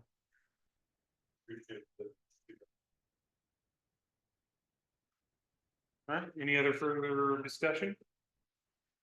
Somebody want to move? Would you like to make that motion?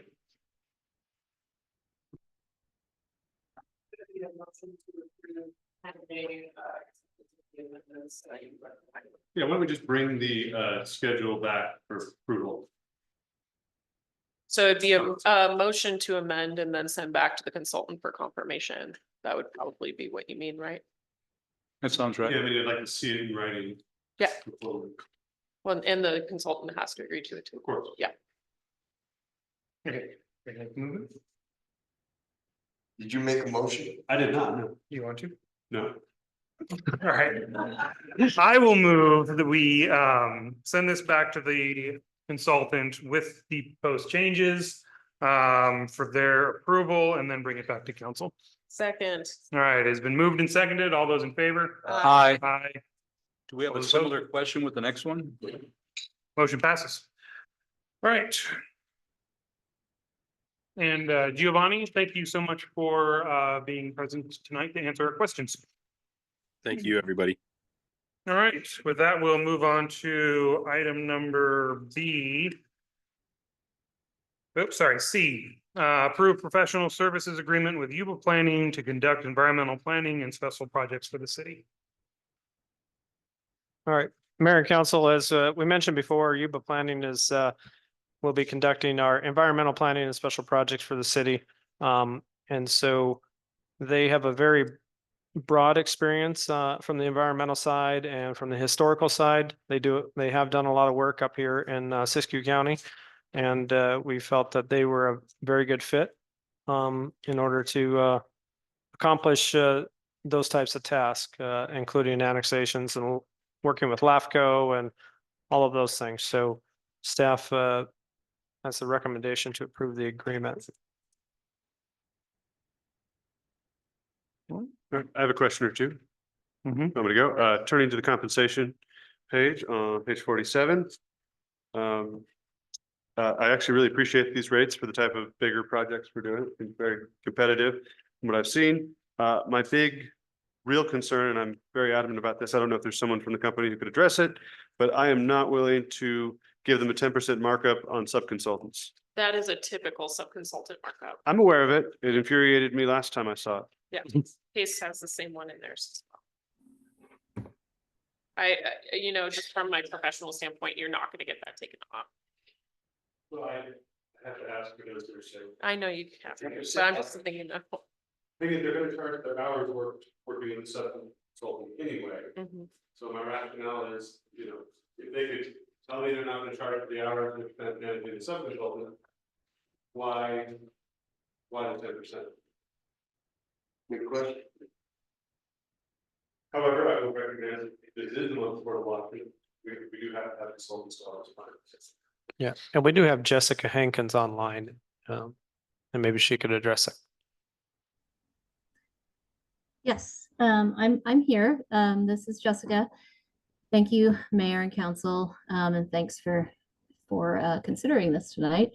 Yeah, that is, as Councilmember Lucchese noted, it is a fairly typical rate to add the 10% on.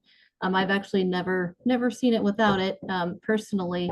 And, in my work, because I've also worked for other jurisdictions as, planning staff, and even it can go up to 20%.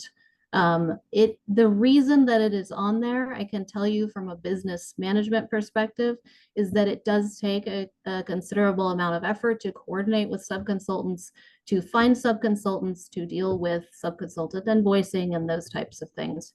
So that's the reason that you'll typically see a 10 to 20% markup on subs. I appreciate that. Thank you for being here tonight. And thank you for, with your company, to be a consultant planner. Would you not then charge for the time spent sending emails, taking phone calls, and said management?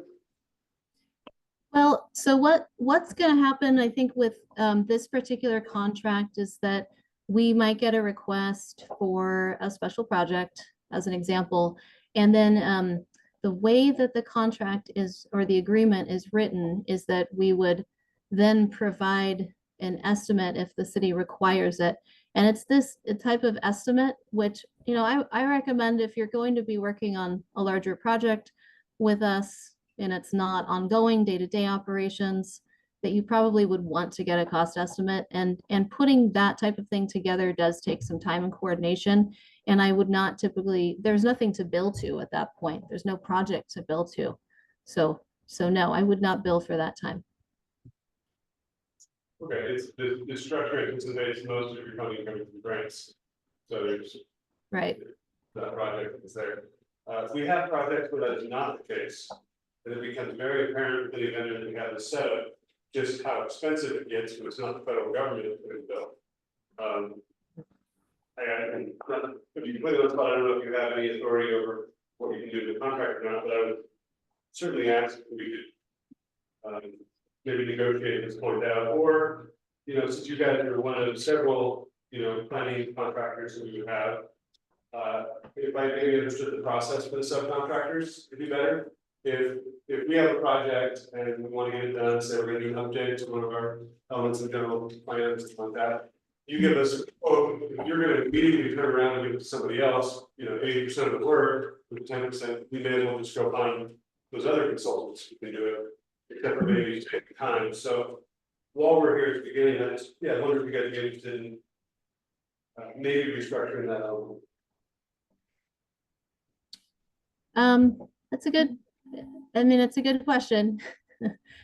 I would probably, I am the one with the authorization to make this decision. So I do think I might need to consider that a little bit further.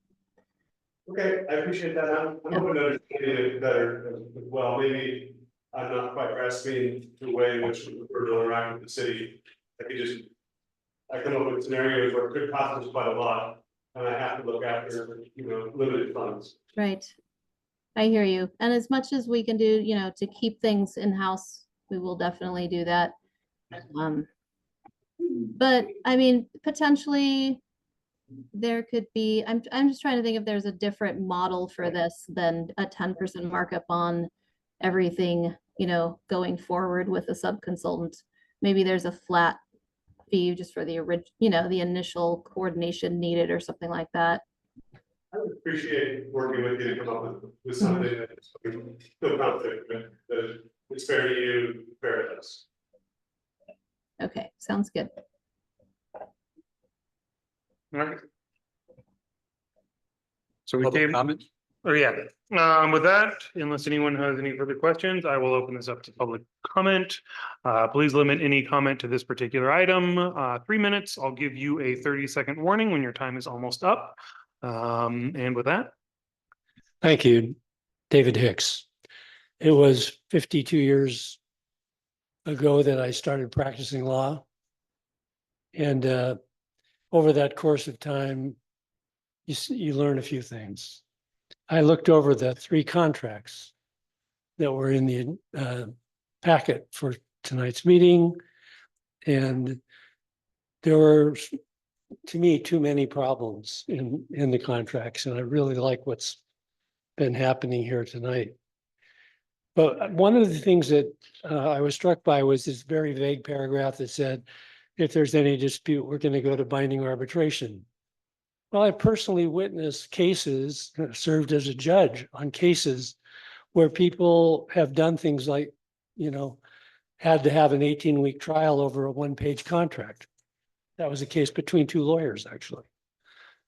So when you have in a contract that you can have binding arbitration, I've seen cases where what happens is you end up in litigation for a whole year trying to figure out who the arbitrator is going to be and where it's going to be. So this one particular contract, I won't mention which one, not too important, didn't specify anything more than that bare naked phrase, which could lead to a set internal story, a Shakespearean story within the story. We don't need that. And so I had a suggestion that I wanted to make to all of you. That is perhaps that city manager could ask our city attorney if he would prepare a boilerplate page of provisions that are unique to cities that should be standard in all of our contracts. And it would save a lot of time and it would avoid the big problem where these things get left out because someone didn't think of termination dates or some odd thing, that's important. Where's this case going to be heard? What law is going to apply? Texas law, California law, things like that. John knows all this. And so I think it would be very useful as a starting point for all contracts coming into this city where you don't immediately lose negotiating power because you're letting somebody from Texas send you this weird contract that they wrote that's good for them. So I hope that you might think about 30 seconds. having a boilerplate provisions that are for the protection of the city on all contracts. Thank you very much. Thank you.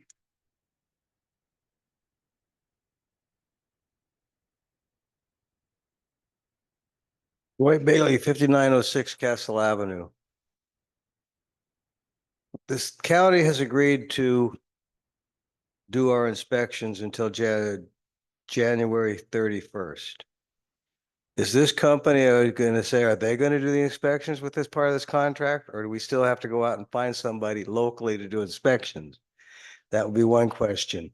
Right now, as I see it, that if a person were to walk in today and put a permit in, we don't have anybody to look at that, except going back to our James.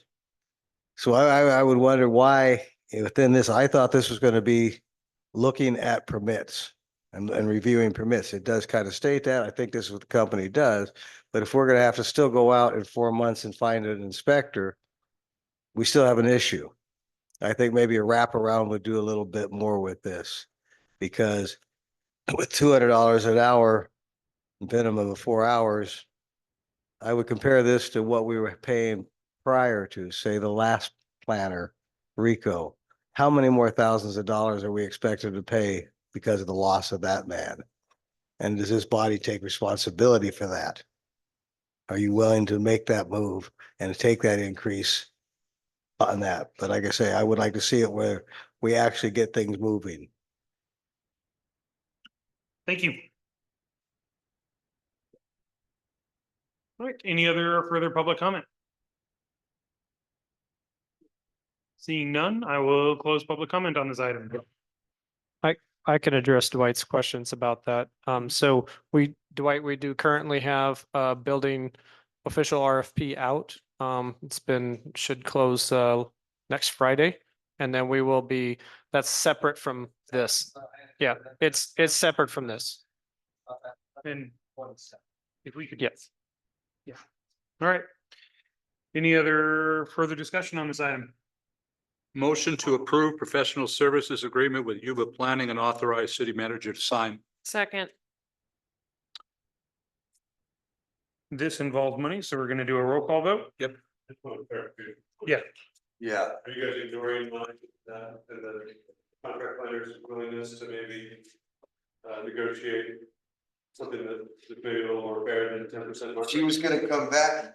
Yeah. I thought we were gonna table this and let it till she comes back. Well, I'd like to get them started to maybe before subcon, can we admit the subcon? Let me, consultants? well, let me just ask this question, since this is the planner that's doing special projects, is there anything that is? I mean, you know, if anything, I see the day-to-day planning needs to come on before the special planning for the special project, or is there something that we need their services for? I do have an application that was submitted last week that they could start with tomorrow. The special one? Correct. Okay. Can I maybe ask, would some consultants come in immediately, or is that something that we work out? So typically what happens is you get a work scope. So when you have a special project or even an application for a large scale project, you send the project description to the consultant. They send you a proposal for the work schedule and the workload along with the rates and hours for any subs. You can say yes or no to the amount of time that those subs takes per contract. I'm ignoring you with the second. I don't know what the intention of Councilmember Deutsch is because 10% is typical. I think they're going to go back and they're going to say, this is our typical standard. You can take it or leave it, which is fine if the council wants to go to someone else. But I don't think you're going to get anything lower than 10% personally. But again, every project with a budget goes before the applicant, which in some cases is a private applicant or it's the city. And so at that time, you can choose to spend that much time on that. You can scrutinize the work scope and schedule at that time for every specific project. Every single one of those things gets prepared ahead of time before they start work or go forward with any billing.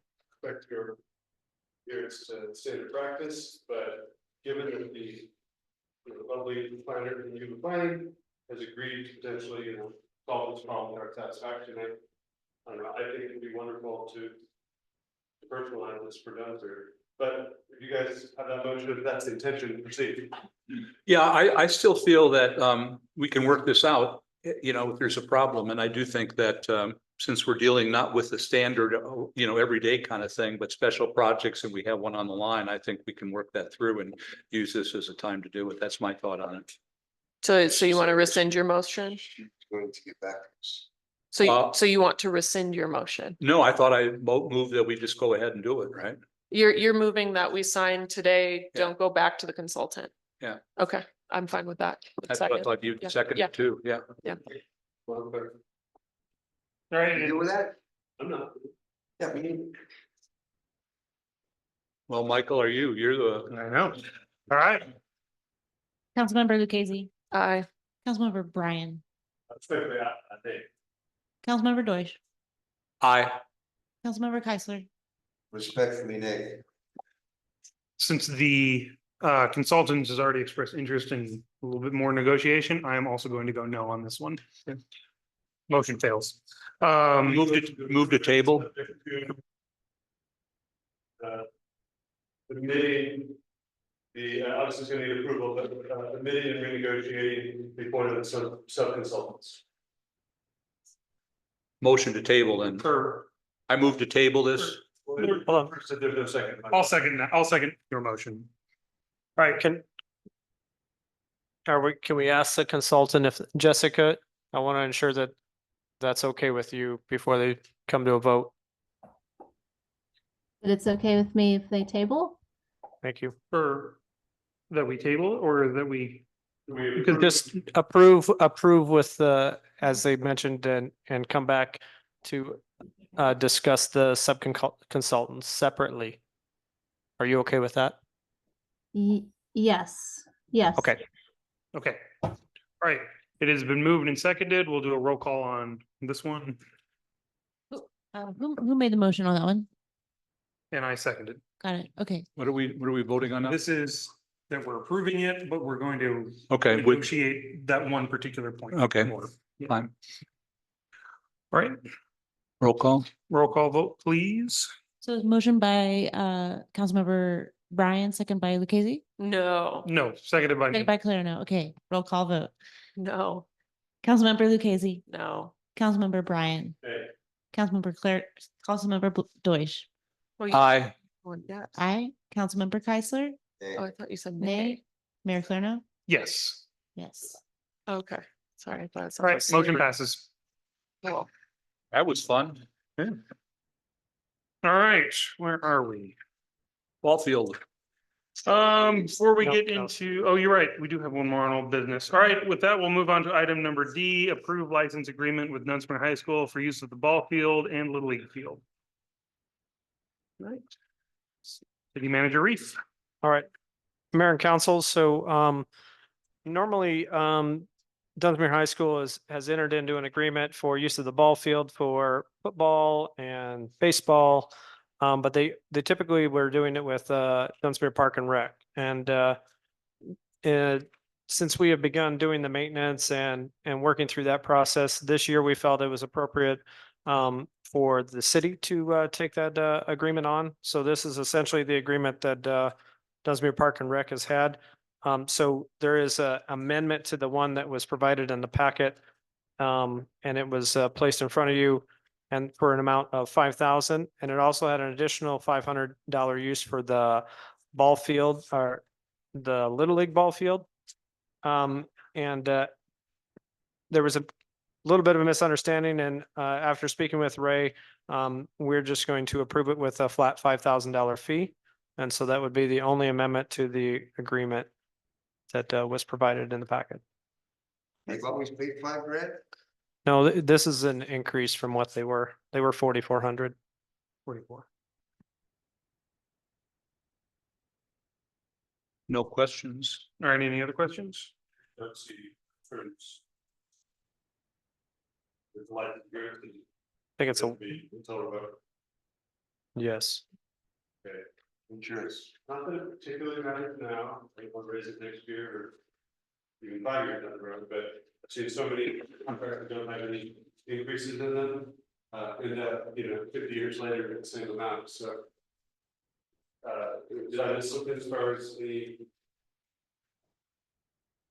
inflation adjuster or something going forward? Or that we have it 5 years? It'd be something we would revisit. I mean, we could add a time frame if you want to the motion and then. A contract could be amended anytime. So if somebody thinks the 5,000 isn't enough. Excuse me, they can write, you can amend the contract if you need to. Yeah, you can run with it from it's easier if it's just in there, so you increase it a little bit along the way. It does say in that same section in section 3, said license agreement fee will be reviewed annually. So Wouldn't it be nice if the city could just let the high school play on the football field? That's It'll be a few minutes. It'll be a few minutes and then there'll be public comment. All right, any other questions? All right, with that, we'll open this up to public comment. Please limit any comment to this particular item, 3 minutes, 30 seconds, or 3 minutes. I'll give a 30-second warning. With that, anyone who'd like to make a public comment can come on up to the podium. All right, Selena Choate, 5911 Dunsmuir Avenue and actually Sacramento Avenue. I'm confused. So I want to talk about this with the football players. We don't even know if we have a team next year. So they're going to be a couple team members short. So whatever we can do as a community to support these kids would be fantastic. I think additionally, raising the price for them to be able to play on that field is like, if we don't have schools, we don't have a community. And right now we don't have homes for families. So their kids don't have a place to live. So graduating students don't have anywhere to go. So if we can support the small community, our homes and our residents and our football players and not charge them more, that would be fantastic, because literally next year, there is not a Dunsmuir football team as far as I know. So I think that we should consider that and support our local team as much as we can, because I had a student that graduated Dunsmuir his senior year and there was like 20 people in the stand, but we had so many other people from other places coming to support their teams. That is super sad. So whatever we can do to support our families, our locals, let's do that. Why are we going to charge extra? Half these parents don't even have jobs to support their kids. They're finding other ways to put their children through these sports, right? I think that's a crucial consideration that you guys should think about. And I think that whatever funds that you can do to support these graduates and these school students would be awesome, because the families do not have the means all the time to do that. So that's what I have to say. Thank you.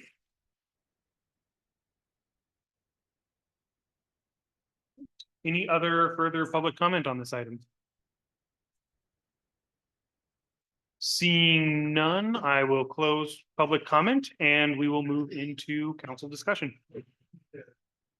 Briefly to part of the public comment, I am fully supportive of the football, but I want to just point out that it's the school district that is getting a license to have the right to use it, and at the exclusion of other projects, events, et cetera. And that the city really is the only interest here is making sure that field is the best it possibly can be. We recently took it over from Parks and Recreation and made some improvement on it. We want the field to be the best possible condition it can be. I know there's been a number of complaints as to the quality, and that the sport may eventually demise if we don't have a field we're playing on. So as far as the money side of it, that's what's being discussed here. It's not like this cost goes to the players or even that particular program. It's with the school district for their license to use it. So anyway, look forward to seeing everyone at homecoming. So my question is, am I correct in assuming that the money that the school district will be paying is not coming from any of the students or any of the families? It's coming from the budget for the school and doesn't really impact the players or their families? That's my understanding. That's also my understanding, Councilmember Deutsch. So I don't think this is going to impact the students. We just want to make sure that the grounds there are as good as they can be. So that's kind of the idea. Who pays the foul? The city. Yeah. The other thing I kind of wanted to touch on here is under kind of B, use of the ballpark. And basically licensee shall have exclusive use of the ballpark for football practice, games and related activities from August 1st through November 30th each year. And the licensure shall not grant any other use of the ballpark during this time frame without specific written consent of the licensee. I just want to point out that one of the largest events put on by the Dunsmuir Chamber of Commerce and Dunsmuir Rotary falls within that time frame as of the first week of August for the Brewfest. So I just kind of want to understand that under this contract, the Chamber of Commerce and the Rotary through the Brewfest committee would need to approach the city and the city would need to get the written consent of the high school in order to have that event. And that just kind of concerns me a little bit because Well, we can make a change to that. Yeah, We 'cause the can one- move it to the date so I it'll mean, never fall so- Brewfest, right? So this is carryover language from what Yeah. Park and Rec had used. Okay. And so from my understanding is that when you or the Brewfest specifically would go to Park and Rec and say, hey, we need to reserve the field, yes. then that notification happened between Park and Rec and the high school. Mhm. And so that has just been kind of the standard, so that same process will still exist. Okay. So was just, it's been, I don't know how long the agreement like this has been in place, but that's just the language they'd been using. So That's what I assumed. The one thing that kind of concerned me there is just from a standpoint, from a school giving consent to A beer. a beer event. Right. That's also kind of what triggered in my mind is just kind of a concern there. So if this has been the language that has been in the contract for years and years and years and it hasn't been an issue, then I'm fine with it if this was just Right. taken from the existing Parks and Rec. Point of interest, sir. Yeah. The school Yes. better realize. Yeah. That the Brewfest is making scholarships for the kids at the school. Yep. Check there. Yeah. So as long as this is the language that has been in there for years and it has not been an issue between Parks and Rec and the high school, and I don't see it being an issue in the future then, so I'm fine with that. 7th. 7th, it's the first week, so August 8th would be fine, yeah. I'll make a motion to approve this contract. as amended, can we? As amended. Thank you. Okay, it's been moved and seconded. All those in favor? This is. We're not accepting- spending any money. Or spending, yeah. Okay. All right, all those in favor? Aye. Passes unanimously. Before we move on to new business, I'm going to do a 10-minute recess. We will re-adjourn at. About 5. We always, they say 5 and then it takes us 10. So we will re-adjourn at 8:04. It is 8:05. All right, it is 8:05 and I am bringing this meeting of the Dunsmuir City Council back into order. All right, with that, we'll move on to item number 15, new business. Item number A, discuss and direct council attendance at the Cal Cities 2024 convention. All right, Mayor and Council, typically, every year, the city of Dunsmuir sends one or multiple council members to Cal Cities convention. This year, it's lands in October. And so I wanted to bring this forward for you guys' opportunity to discuss and determine who those members are and also select a voting delegate. And so I'll leave it to you, Mayor. All right. Any questions? Well, I could simply state I won't be going. I won't be going. So the three of you can figure out what you want to do. All right. So just generally, as the city manager said, the League of California Cities is basically, it's a group made up of the cities of California, and they do a lot of research and lobbying. So at these events, they put on classes, so that way city councilors can learn about pertinent issues. They also do a lot of lobbying at the state level.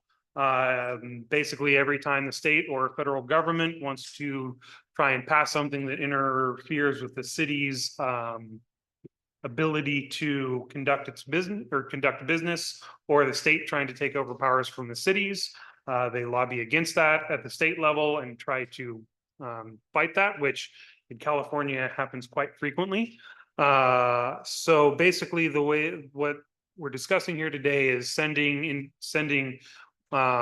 counselors to go to classes and also to, if there are issues that need to be voted on by Cal Cities, we would have a vote at that meeting. So with that, I will. There's also regular annual requirements every 2 years to have training on Brown Act. So. Yep, they also do all the legal Brown Act training, and there's also a lot of different subcommittees. There's committees that work on rural issues for cities that deal with transportation, Northern California issues, Southern California issues. Bruce, you want to talk about your time being part of Cal Cities for a minute? Yeah, so both Dave and I, over the last several years, have been representatives to what's called the Cal City Sacramento Valley Division. And so it allows each of us to reach out to our fellow council members and other cities around here and share information on what is going on with various ordinances, what's going on with the State House. But in general, I've always found when I went that it really was a way to meet a lot of people, get advice, really feel like you're getting tuned into solutions that other people have come up with. So I highly, since both Dave and I are not running and won't be on next year, I don't see us spending money to do that, obviously. But I do encourage the other members to attend because I think it's really useful once a year to get reoriented and come back with energy and new ideas.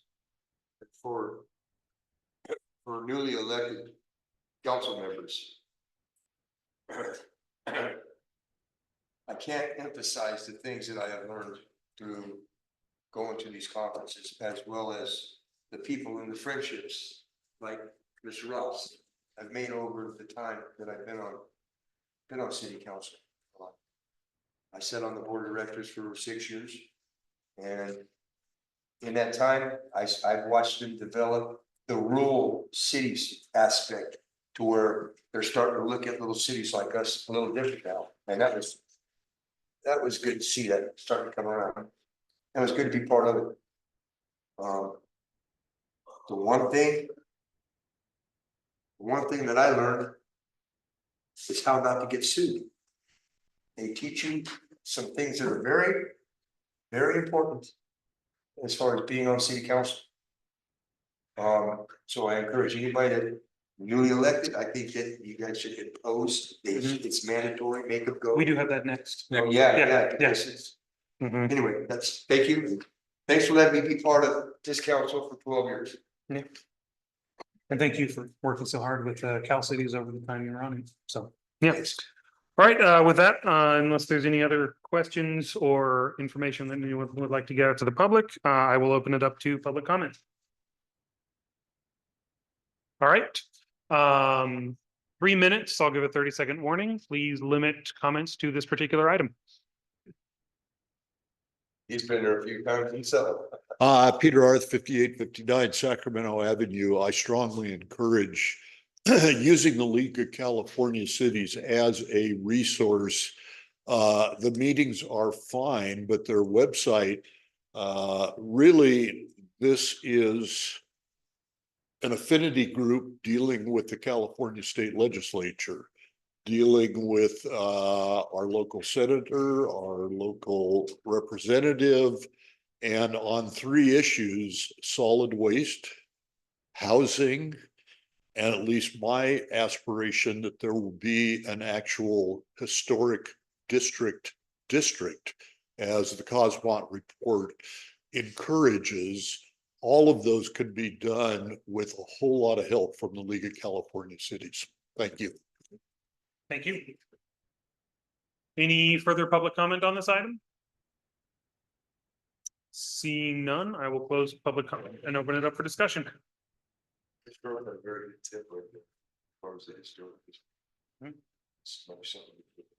Yeah. So the 3, who you guys go?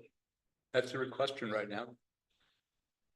I haven't gone in a number of years, but the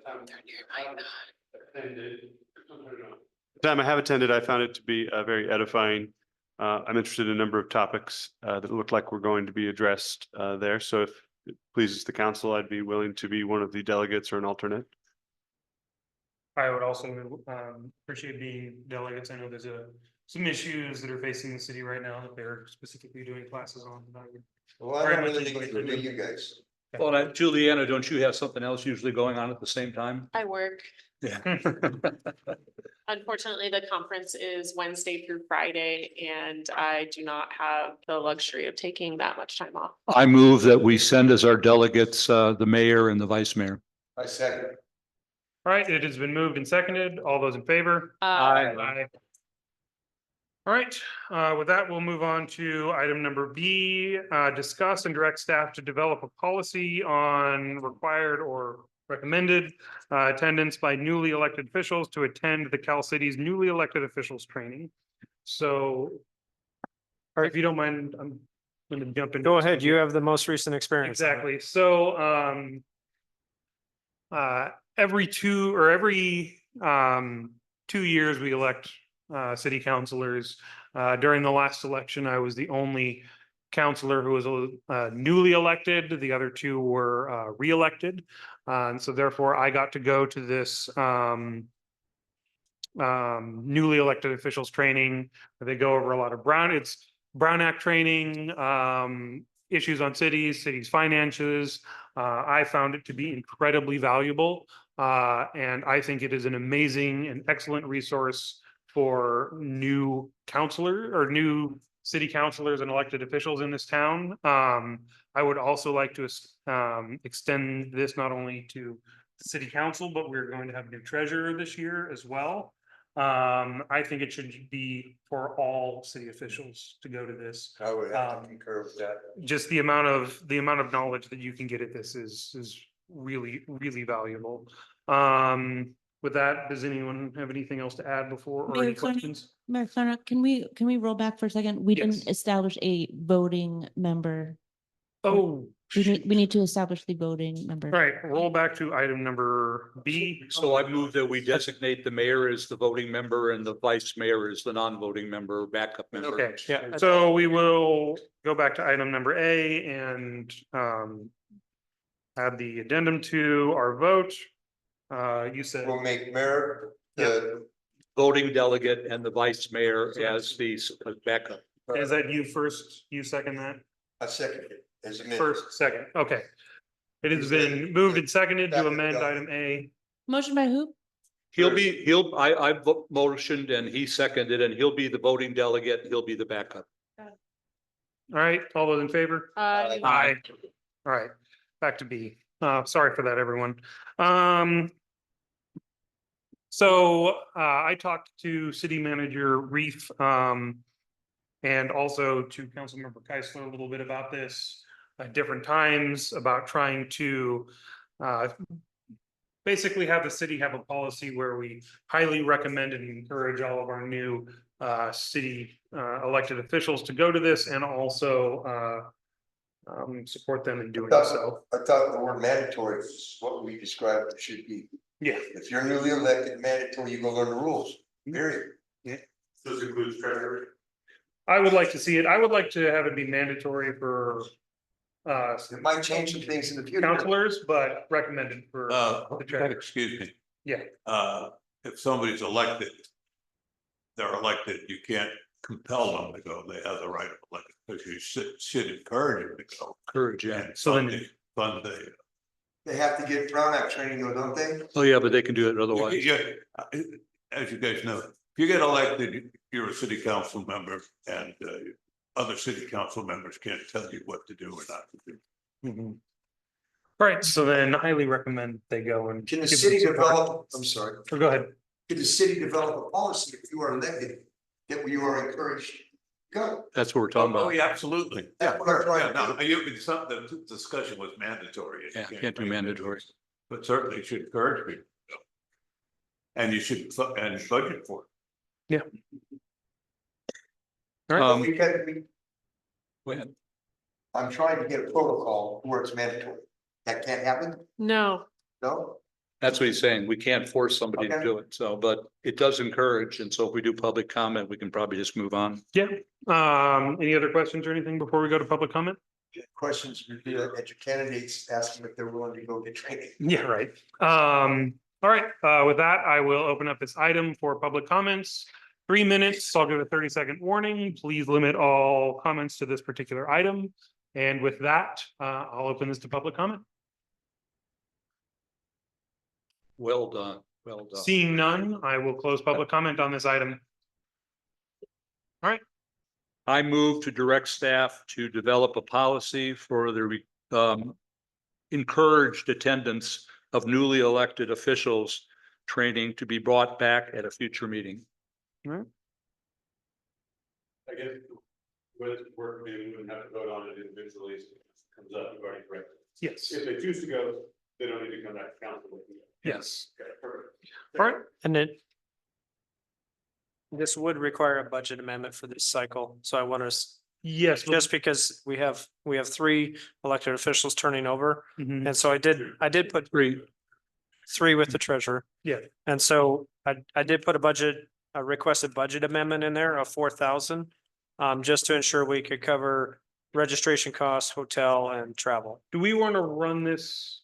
Do we want to run this right now as just a? Well, I mean, he said encourage, so I mean, we can do it now or we can bring it back. To me, it's not a super complicated policy. It's just I would say we're here now. Just do it now. Okay. All right, then we'll do a roll call vote.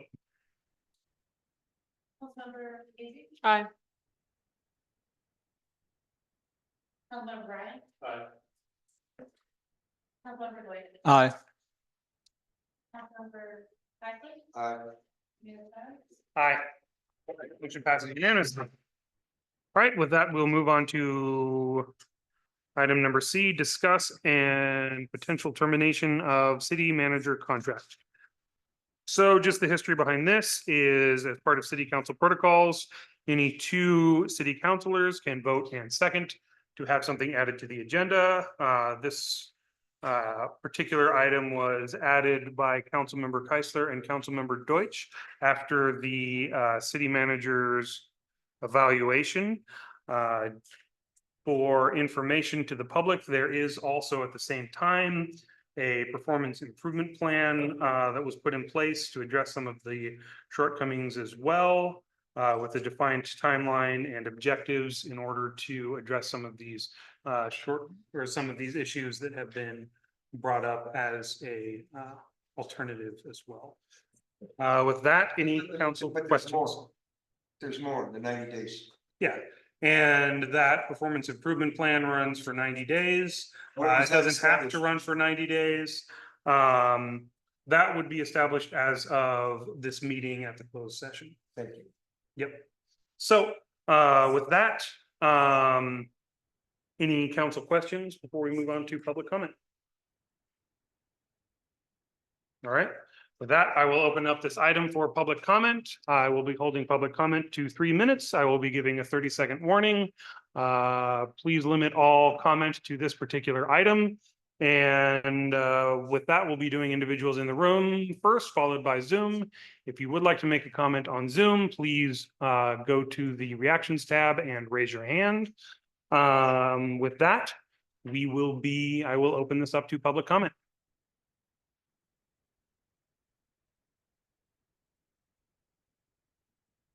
Hi, Debbie again. Like I said, when I first came up, I had this whole thing to talk about Mark Allen and the city manager. And I think that another 90 days, why? You already have your doubts about him. Why do that? I mean, and then you have to give him a severance pay, or you don't have to give him a severance pay. I think when you guys, whenever whoever hires city managers, they should look at their background a little more closely. From what I understand, Mr. Ruth didn't have a good background from the other state he came from, because he didn't do his job there. So keeping that in mind, and then he keeps Mark Allen on the payroll, knowing I've been up here for 8.5 months telling the truth about Mark Allen. Never got an answer from nobody, never got anything. So what I'm saying for a city manager, and I've talked to Dustin a couple of times about a couple of things, other issues besides my car that Mark Allen did. I think the city manager doesn't need another 90 days. I think you guys should make a decision. And if you decide to let him go, let him go. He did whatever he did and go, but he's keeping on an employee that is not very conducive to this to this community at all. There's so many people that he has hurt mentally, physically, financially, and I'm one of them, and I'd like to see him go. Thank you. Thank you.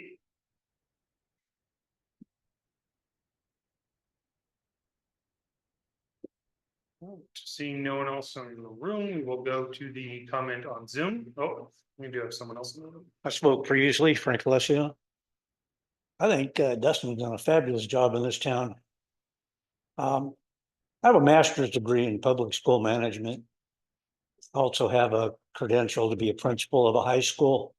I've worked with a lot of people teaching 35 years, just a fine man.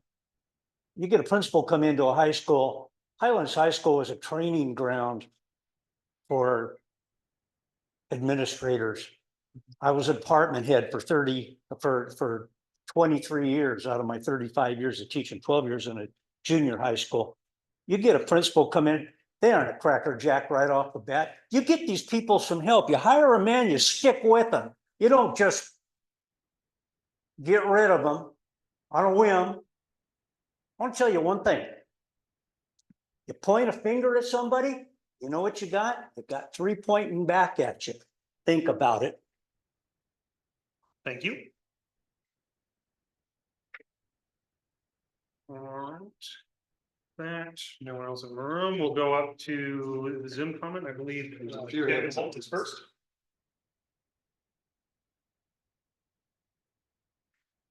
Tim, you can go ahead and unmute yourself.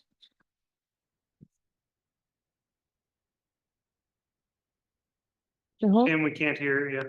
Oh, I'm sorry. There, you got me? Oh, we are going with Tim Holt first. He raised his hand first. So we're waiting for him to unmute himself. There we go. Can you hear me now? We can. Okay, very good. Thanks for the opportunity to speak on this. And I want to emphasize that my comments are related to professional matters. They are not personal in any way. So my experience with the city manager is initially having a lot of difficulty communicating with him through emails and even letters on library matters in particular. And then finally, it came down to him saying that he did not want to communicate with the board of the library. I think he was willing to communicate with our library manager. You know, in my 30 years of experience with city managers, this is totally unique. Never had that happen. And I just want to point out that I don't think you can have a progressive, vibrant city revival when the city manager's door is closed to residents who care about this community and are capable of making real contributions to it. I also note that under his regime, City Hall is closed to the public. It seems like a great deal of the time for various reasons, and I can give you examples of that if you want. But so from the public standpoint, and I don't know about the council, I think he's one of the worst city managers in my 30 years here. Certainly the only one I've experienced with a closed door policy. So at least I would say there is a lot of room for improvement here. Thank you very much. Thank you.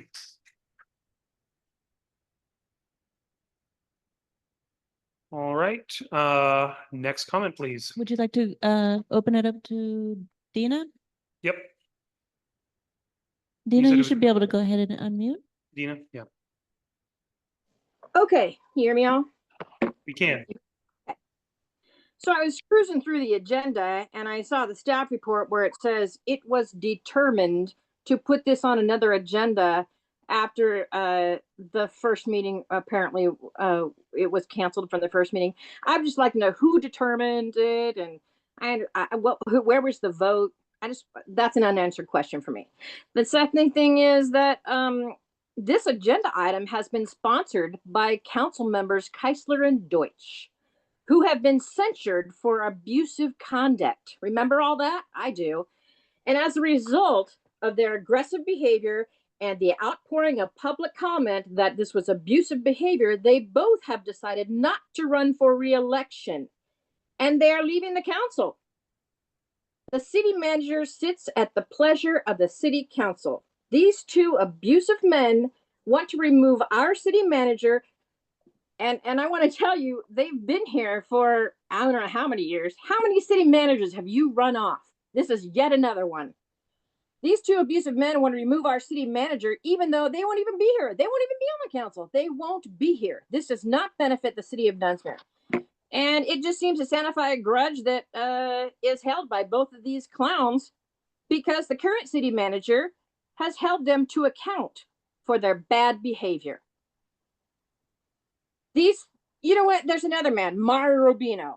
These three men, Deutsch, Keisler, and Rubino, are the common denominators for chasing off city managers by threats of violence, threats of harm to themselves, and threats of job security. These men also influence innocent residents and citizens who believe their lies and disinformation to the extent that they spread these convoluted lies, which is what these clowns want. Okay, now all that said, I'm still hopeful. I'm hopeful for a new day in Dunsmuir once these guys get out of office. We have a new human resources coming in. They're going to help professionalize the city staff. And once the city staff is professionalized, this is going to help our city manager get freed up to run the city instead of solving your problems that you create.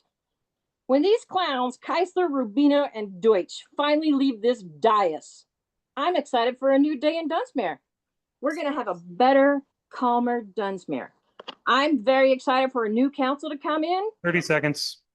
I'm very excited for a new council to come in. And I am looking forward to changes. I'm really looking forward to changes.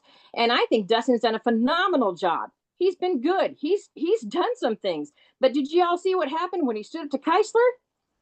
Yeah, people don't want that to happen to them. This is a bad idea.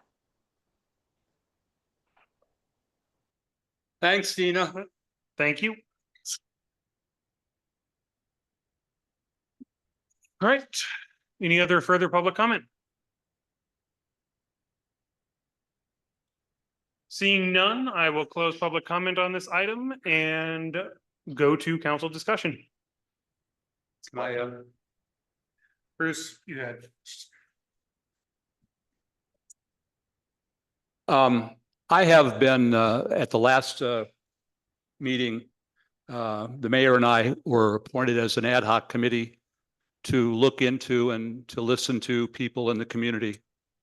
And, I have listened to a lot of people that are extremely unhappy, including people that work for the city.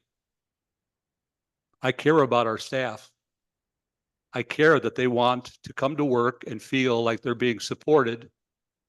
And that's why I feel, and I know that Mr. Keisler and I both feel, we haven't run any city managers off.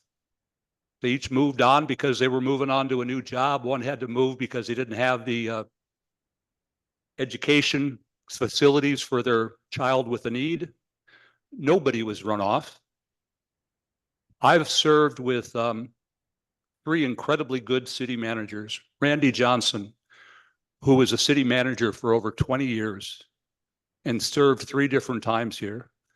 Mark Bradigan, who used to be part of the Edwards Air Force Base Public Works and ran the department for the airport, for the Air Force. And Todd Uhas, a special forces person who now works at Mount Shasta.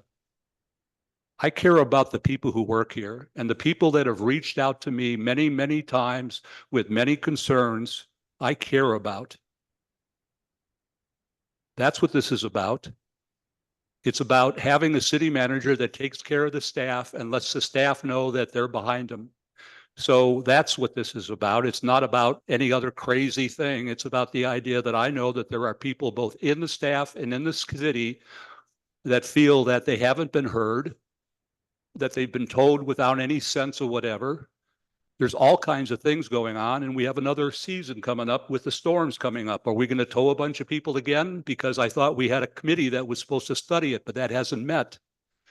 That's what I'm concerned about, is having a city manager that takes care of our staff, because I care deeply about our staff and I want them to come to work and feel happy about being at work. Do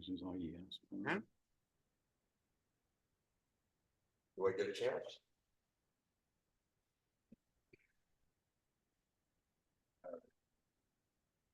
My job, our jobs as counselors is to listen to the people. That's y'all. I'm here tonight, and this is on here, because I,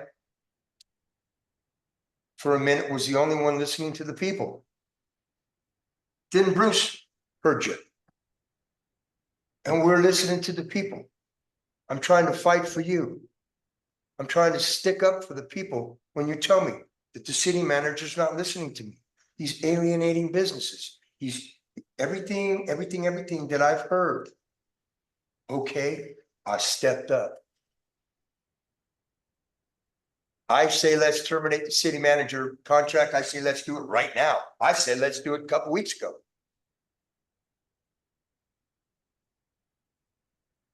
I don't believe he has the ability to run this city.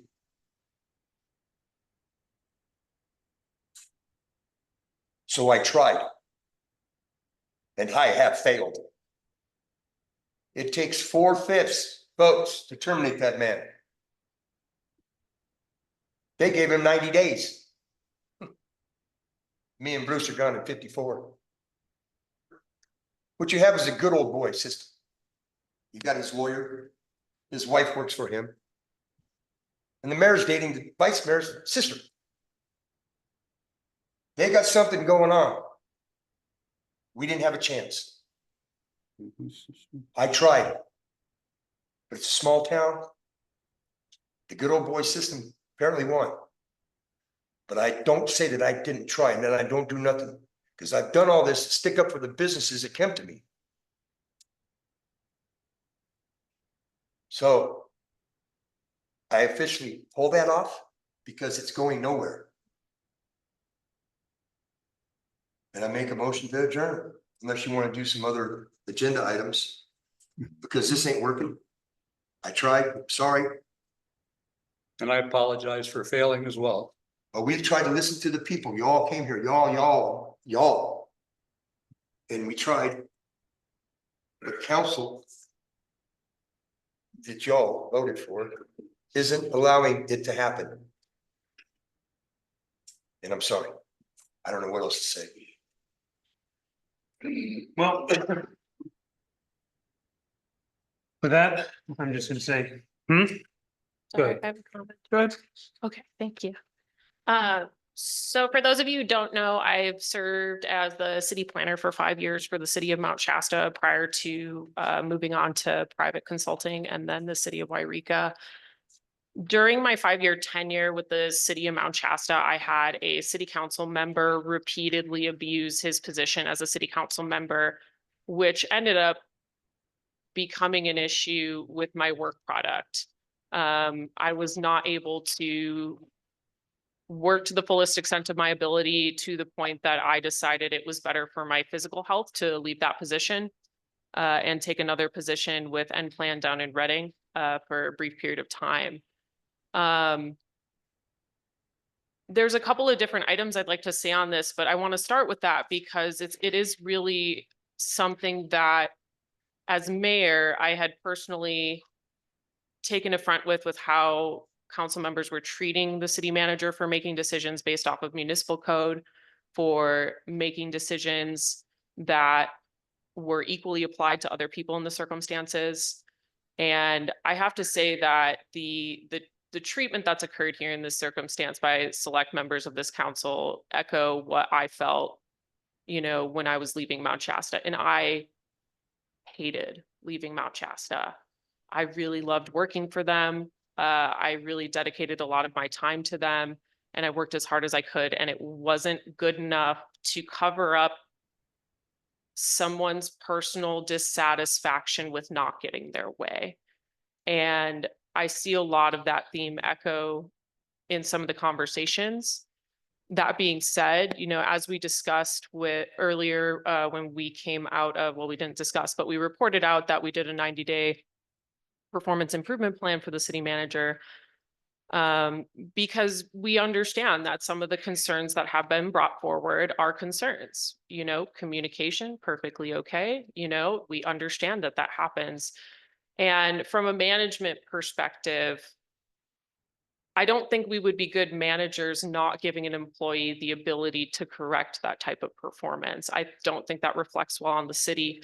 And when it comes to sitting here at the dais, we have to have long-term thoughts for the city as a whole. And I understand that some council members may disagree with my assessment on that. And that's perfectly fine. That's why you have 5 of us, it's 5 completely different opinions, and we're not going to agree all the time. But I think in this circumstance, the termination of a contract is premature. I think if Mr. Reef is going to fail, as so many people think that he is going to fail, then he's going to fail.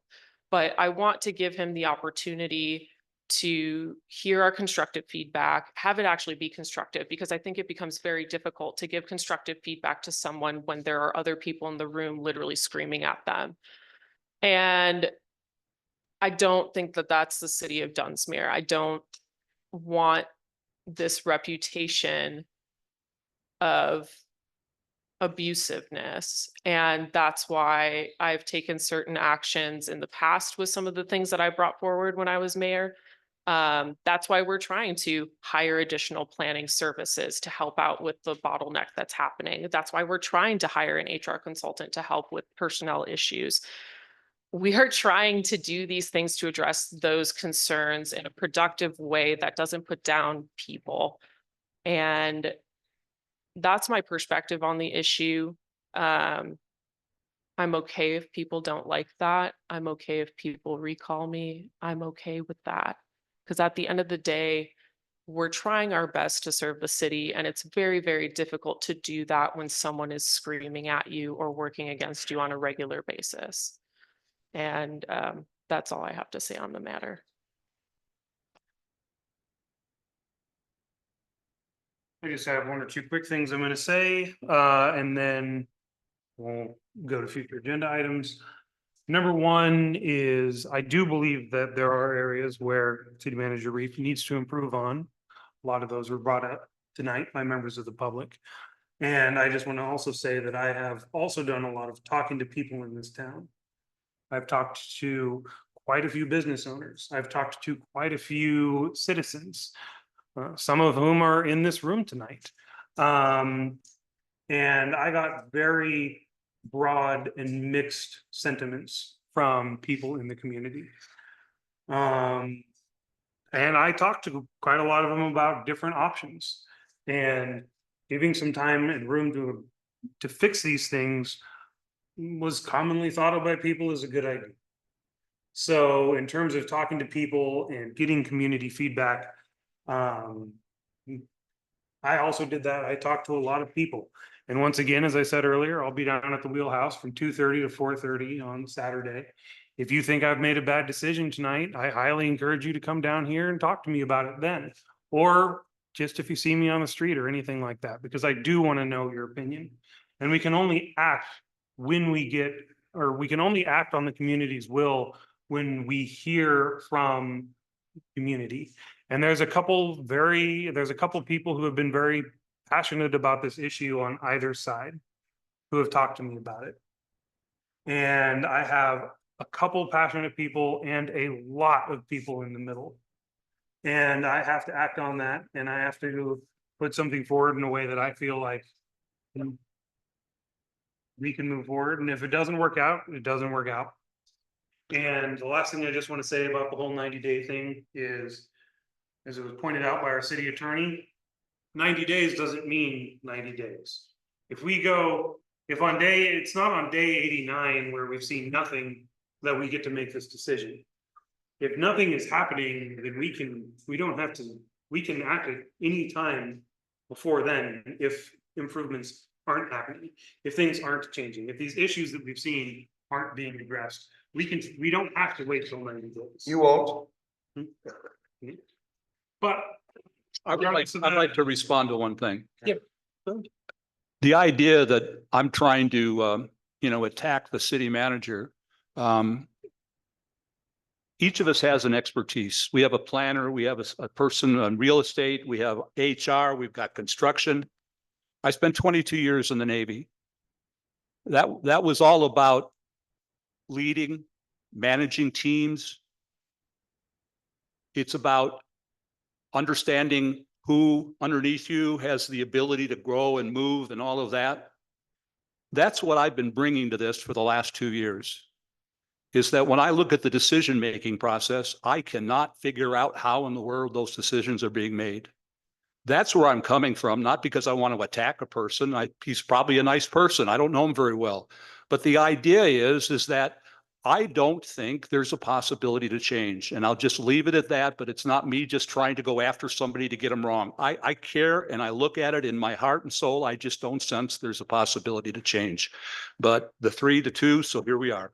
With that, I'm going to move to table this item. All right, is there a second? Can I speak? I've already made the motion to table the item. If someone would like to second or not, I don't then. know, we'll talk about it again. So I'll just All retract. right, it has been moved and seconded. All those in favor? Aye. Motion tabled. With that, future agenda items, Creek. And anyone have anything else? Just No. agree. Nope. All right, Motion adjourned. meeting. All right, meeting adjourned.